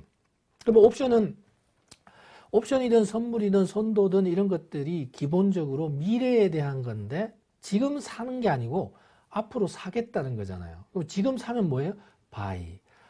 지금 팔면 sell인데 앞으로 사겠다고 하는 것을 상태로 표현한단 말이죠. 그래서 앞으로 미래 가서 살려고 하는 상태. 그래서 그를 long position, 풍부해질 포지션. 그 다음에 앞으로 팔 상태. 그래서 short position 이렇게 얘기해요. 포지션을 항상 붙여서 얘기를 해요. 원래는. 그래서 long position은 앞으로 사겠다는 계약을 한 포지션이다. 그래서 팔겠다는 short, 잘라낸다, 부족하다, 결핍하게 되는 그런 의미의, 이게 길다 짧다의 의미가 절대로 아닙니다. 이거는. 그래서 어쨌든 short은 이렇게 결핍하다, 부족하다, 잘라낸다 이런 의미의 그 의미로 포지션이란 말로, 왜냐하면 지금 상태를 얘기하는 거지 지금 산다, 지금 판다 라고 확정적인 거래가 아니거든요. 그래서 뒤에 나중에 여러분들이 파생상품 과목을 들으면 그 부분에 대한 용어 설명이 또 좀 한 번 더 있으니까 반복해서 들으시면 조금 이해 갈 거예요. 그래서 여기 대주나 공매 뭐 이런 것들, 대차 이런 거 있잖아요. 대주는 주식을 빌려서 빌리는 것을 말하고, 빌려서 공매도 하고 그걸 다시 나중에 갚아야 되는 거죠. 그래서 그게 유사하게 쓰이는 용어고, 대차는 이 금기간끼리 이렇게 주식을 빌려주거나 뭐 이런 다양하게 하는 그런 경우를 이제 포함하는 거죠. 그러니까 대차, 이게 이제 그 무차입, 그러니까 주식을 빌려서 공매하는 건 우리나라에 허용이 되지만 무차입, 빌리지 않고 없으면서 하는 건 기본적으로 불법이죠. 그죠? 자, 그래서 이런 용어들도 이제 한번 더 생각해보고 앞으로 또 익혀가고요. 자, 그래서 이러한 그 양적인 지표가 가격과 또 거래량과 관련되는 지표들, 그 내부 요인 지표들 이런 것들이 있고, 좀 전에 보셨던 내부 요인 지표들까지 질적인 지표가 있다. 그래서 거래 성립률, 등락 주선, 뭐 등락 비율 이런 것들은 이제 신고가, 신저가 이렇게 의미를 부여하는 것들이 있죠, 그죠? 어떤 성질을 가지고 있느냐 하는 것을 따져보는 것들이 질적인 지표 분석이다. 이런 게 있으니까 그런 건 이제 뒤에 가서 하나씩 볼 겁니다. 그래서 세세하게 뭐 소나 차트 이런 거 있죠, 사운드 내비게이션, 이거는 이제 수중 음파 탐지기 가지고 이렇게 하는 그런 어떤 개념을 여기다가 이제 차트만 만들어서 이제 사용하는 건데요. 그래서 뭐 스타캐스틱 뭐 이런 거 많이 쓰이는 거죠. Commodity Channel, CCI나 MACD, 특히 이제 MACD도 많이 쓰는 Moving Average Convergence and Divergence, 이동평균선이 수렴하냐 발산하냐 뭐 이런 거, Ease of Movement 뭐 이런 거 쭉 많이 쓰이는데, 그 중에 사실 이거 다 알아도 패턴, 그러니까 어떤 성향, 경향성은 비슷해요. 그 중에 자기가 한번 이런 게 있구나, 그 다음에 내가 잘 이해하고 사용해 보니까 이게 내가 더 좀 활용했을 때 편하고 직관적으로 나한테 도움이 되더라 하는 거를 사용하면 처음에 좋고, 다 사용하는 것보다. 두 번째는 이것을 종목에다가 맞추려고 하지 말고 어떤 종목이 어떤 게 잘 맞는 업종이 있어요. 그래서 그런 것들을 또 역으로 사용하는 방법도 있고요. 그래서 일단 여기서는 전체적인 어떤 종류에 대해서 한번 우리가 수업 시간에 이어서 볼 예정이니까 개념 위주로 한번 보도록 하고, 이걸 하나씩 다 뜯어보기에는 시간이 제한적이니까요. 자, 그런 면에서 이제 종류를 설명을 드렸고, 그 다음에 이제 도표에도 산술 도표, 로그 차트, 세마이 로그 차트 이런 게 있어요. 이게 무슨 얘기냐면, 산술 도표는 뭐 동일한 거래량, 거래 단위, 가격 뭐 이런 것들을 도표에 나타내서 그 간격이 절대적으로, 그래서 축이 있으면, 이렇게 축이 있으면 축이 뭐 가격이다, 주가가 뭐 10,000원, 20,000원, 30,000원, 40,000원, 50,000원 이렇게 간격이 동일한 거, 이렇게 나타내는 게 있고, 그 다음에 이제 로그 차트는 이렇게 1,000원 간격이 이렇게 차트가 쭉 있으면, 차트 뭐 쭉 있을 때 여기는 1,000원, 그 다음에 두 번째 칸은 2,000원, 요거 2배, 그 다음에 여기 칸의 간격은 동일한데 1,000원, 2,000원, 그 다음에 4,000원, 그 다음에 8,000원, 뭐 16,000원 이렇게 2배로 뛰는 거 있죠. 요렇게 쓸 수가 있어요. 우리가 로그라는 것은 사실은 로그라는 것은 일반적으로 어떤 경향성은 어떤 어떤 그 성향은 그대로 놔두고 단위를 줄일 때 많이 써요. 다시 말해서 무슨 얘기냐면 로그는 대수라 그러잖아요. 대수. 대응하는 수입니다. 대응하는 수. 매칭을 시키는 수란 말이죠. 그래서 그러니까 무슨 얘기냐면 예를 들어서 로그 10은 1이고 로그 100은 10의 제곱이니까 2고 로그 1000은 10의 3승이니까 3이고 이렇게 되는데 자 보시면 1은 9만큼 줄었고 10은 100은 98이나 줄었고 1000은 3이니까 997이나 줄었죠. 그러니까 이게 차트 같은 거 쓸 때 로그를 취하면 이렇게 원래 돼 있다 그러면 로그를 취하면 되게 스무드하게 움직여요. 근데 위치는 그대로 유지가 되고 그래서 이거를 만약에 숫자가 엄청나게 큰 뭐 우주와 관련되는 단위를 사용한다거나 그럴 때는 특히 컴퓨터 전산이나 이런 거 할 때는 단위가 너무 커가지고 오버플로우가 생길 수 있단 말이죠. 런타임 에러가 생길 수 있어요. 로지컬 에러는 안 생기는데 논리적으로는 문제가 없는데 숫자가 너무 커가지고 자릿수가 계산이 버거워질 때 그럴 때 로그를 취해가지고 뭐 이게 맥시멈 밸류 같은 거 글로벌 맥시멈 전체 맥시멈 구할 때 로컬 맥시멈으로 접근해가지고 찾아낼 때 그때 많이 사용이 돼요. 제가 좀 전문적인 용어를 썼는데 이게 제가 프로그램 같은 거 할 때 옛날 이게 많이 사용했던 건데 그 로그의 어떤 실질적인 활용도는 그런 겁니다. 단위가 너무 컸을 때 그 어떤 차트 안에 여기는 주가고 여기는 거래량이다 그러는데 거래량 주가는 뭐 10,000원, 20,000원, 5,000원, 1,000원, 100원 뭐 이런 게 700원, 800원 이런 게 있는데 그 거래량 단위는 뭐 몇백만 주 뭐 이런 거래가 있고 뭐 이런 거는 단위를 좀 줄여서 보여야 될 때가 있다면 그럴 때 이제 쓸 수가 있는 방식이다 이렇게 보시면 되겠고 요거를 혼용하는 왼쪽에는 산술 도표고 이쪽은 차트의 단위가 로그 도표고 이렇게 쓸 수도 있고요. 자, 그 다음에 이제 이런 다양한 도표들이 있는데 그 도표의 종류 뭐 이런 거 스토핑 차트도 있고 뭐 봉 차트도 있고 이렇게 다양한 게 있어요. 그래서 이거는 이제 그 도표의 특징마다 다른데 그러니까 봉 도표, 대비식 도표, 일본식 도표, 바 차트, 캔들 차트, 앵커 차트 뭐 이런 거 쭉 있잖아요. 폴 차트 이런 게 있는데 하나씩 보면 이런 것도 이제 엑셀 같은 걸 이용해서도 할 수도 있고요. 단말기에도 선택할 수 있어요. 보면은 요거를 그 종가를 매일 이렇게 연결하기도 하고 시가를 연결해도 좋고 뭐 이렇게 다양하게 하나를 선택해서 할 수 있고 그 요거를 똑같은 거를 이렇게 꺾어서 이렇게 각지게 연결하기도 하고 이렇게 그죠? 그렇게 하는 방식이 이제 요거죠. 요걸 이제 가다가 멈추고 그런 차트에 보면 되겠고 요걸 폴 차트라 그래요. 폴 차트는 저가와 고가밖에 없죠. 정보가 두 개밖에 없어요. 뭐 최저가, 최고가 뭐 이렇게 저가와 고가 이렇게 나타내고 막대 도표는 이제 이렇게 그러니까 바 차트죠. 바 차트는 최고가, 최저가 요거 보통 방금 얘기했던 이 장대 도표도 이렇게 캔들처럼 기둥으로 나타난다기보다는 이렇게 나타나요. 쭉쭉쭉쭉쭉쭉 이런 식으로 폴 차트 선택을 하면 그래서 이게 이게 좀 비오듯이 쭉쭉쭉쭉 이런 식으로 이게 나타나는 거고 이것도 마찬가지 막대 차트, 바 차트도 이렇게 이런 식으로 이제 이게 약간 이렇게 두툼하게 나타나는 게 아니고요 보통 그래서 바 차트라고 하고 그 다음에 앵커 차트, 닷 도표도 마찬가지 이것도 그냥 이렇게 해가지고 이렇게 해가지고 이렇게 뭐 이런 식으로 이렇게 나타나는 게 이제 고가 저가인 건 알겠죠. 시가 방향성 이쪽 올라갔네 내려왔네 여기서 시가와 종가가 같네 이런 식으로 시작을 여기서 하고 종가가 이렇게 나오고 시작을 그러니까 이게 내려갔다 올라갔느냐 올라갔다 내려왔느냐에 따라서 이제 표현하는 거고요. 그 다음에 우리가 가장 많이 보는 게 요게 이제 캔들 차트죠. 그래서 여러분들이 봉도표 그런데 사실은 봉도표는 어떻게 보면 이 전체 중에서 이게 폴 얘를 봉이라고 많이 쓰죠. 폴 장대 도표 제가 이렇게 이름 붙였는데 어쨌거나 봉도표라고 하는 거는 원래는 양초 도표를 의미하는 거다. 이렇게 보시면 돼요. 캔들 차트.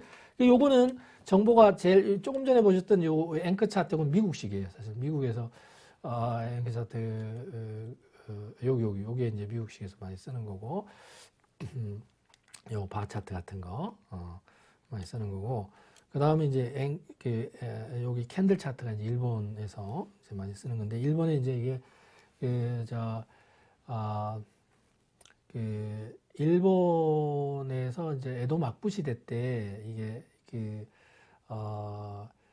이 도지마 쌀 시장, 그러니까 선물에서부터 시작이 됐어요. 선물 거래소부터 시작이 돼가지고 선물 거래소에서 이제 쌀을 사고 팔고 하는 거기에서 이제 선물 가격을 예측을 하면서 1600년대죠 벌써. 1603년이 에도 막부 시대의 시작이었으니까. 그래서 이제 그때 이 에도 지금 동경에 이제 막부가 생기면서 그 도지마 쌀 시장이 이제 열립니다. 왜냐하면 그때에 이제 지방에 있는 제후들이 이제 거기에 에도로 모여서 볼모 생활을 합니다. 그러니까 자기 지역에 가면은 땅들도 많고 농사 지으면 그 당시에 쌀이 이제 하나의 화폐 수단처럼 사용이 됐기 때문에 창고에다가 쌀을 자기 그 영토에서 영주들이 가지고 와가지고 이제 사치스러운 생활을 하는 거죠. 그때 이제 가을까지 되기 전에 다 사용을 하니까 그런 걸 빌려 쓰기도 하고 이러면서 이제 거기에 대한 쌀을 가을에 가면 얼마에 쳐줄게 이러면서 이제 그 가격을 예측할 때 쓰였던 방식이 이제 이러한 캔들 차트입니다. 그래서 여기 보면 저가, 고가가, 시가, 종가 이런 게 나와 있죠. 그죠? 요게 이제 일반적으로 단말기에서 많이 보는 캔들 차트이고, 아까도 앞에서도 말씀드린 것처럼 요게 같은 거, 이게 도지라 그랬죠. 일본말로 동일하다 하는 뜻이 도지. 그 다음에 요게 심지어 이렇게 없는 거, 다 탄 거, 요건 마루보주, 전소, 다 탔다 하는 얘기죠. 이런 거, 종가 다 탄 거. 저기는 그레이브스톤, 드래곤플라이, 잠자리 뭐 이런 쭉 다양한 게 있는데 뒤에 가서 이제 우리가 볼 거고요. 그 다음에 이거는 삼선 전환도 그 금일 종가 그 전일 종가 해가지고 이렇게 종가 올라가서 하나씩 그리다가 내려올 때는 조금 내려가면 안 그래요. 그러니까 3일치를 다 하락하면 그때부터 전환해요. 그리고 나서는 하루 하다가 또 반전할 때는 3일치. 그러니까 이거는 확실하게 반전이 될 때만 그림이 꺾여요. 그래서 이거는 어떤 전환 패턴을 파악하는 데 도움이 되고요. 그 다음에 이거는 포인트 앤 피기어라고 그래서 이게 동글동글한 게 된 거는 올라가는 게 아니고요. 내려오는 거, 동글동글 굴러서 내려온 거고 곱하기는 사다리 타고 올라간다 생각하시면 돼요. 하락할 때는 이렇게 동그랗게 그리고요. 사다리 타고 올라가다가 내려가다 하다가 요거를 뚫고 올라가면 이때 매입 신호, 요때 사야 된다. 요것도 마찬가지죠. 매입 신호. 요것도 어떤 패턴이 있잖아요. 추세가. 그렇게 보는 거고요. 이것도 마찬가지죠. 요거를 이제 삼중 천정형이라 해서 한 번 치고, 두 번 치고, 세 번째 뚫고 올라가. 천정을 툭툭 쳤는데 툭 해서 뚫리면 그 다음부터는 쭉 올라가는 데가 매입. 요것도 마찬가지.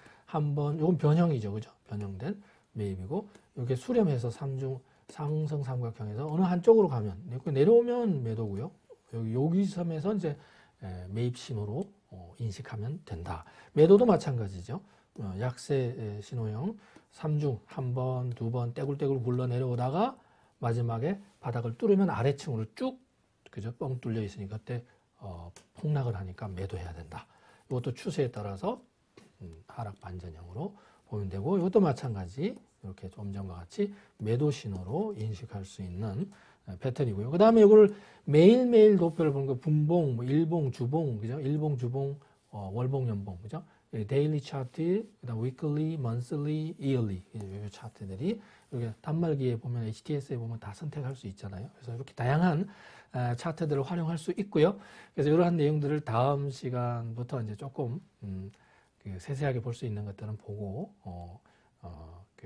구체적인 내용을 보도록 하고요. 이번 시간 강의는 여기서 마치도록 하겠습니다. 여러분 수고하셨습니다.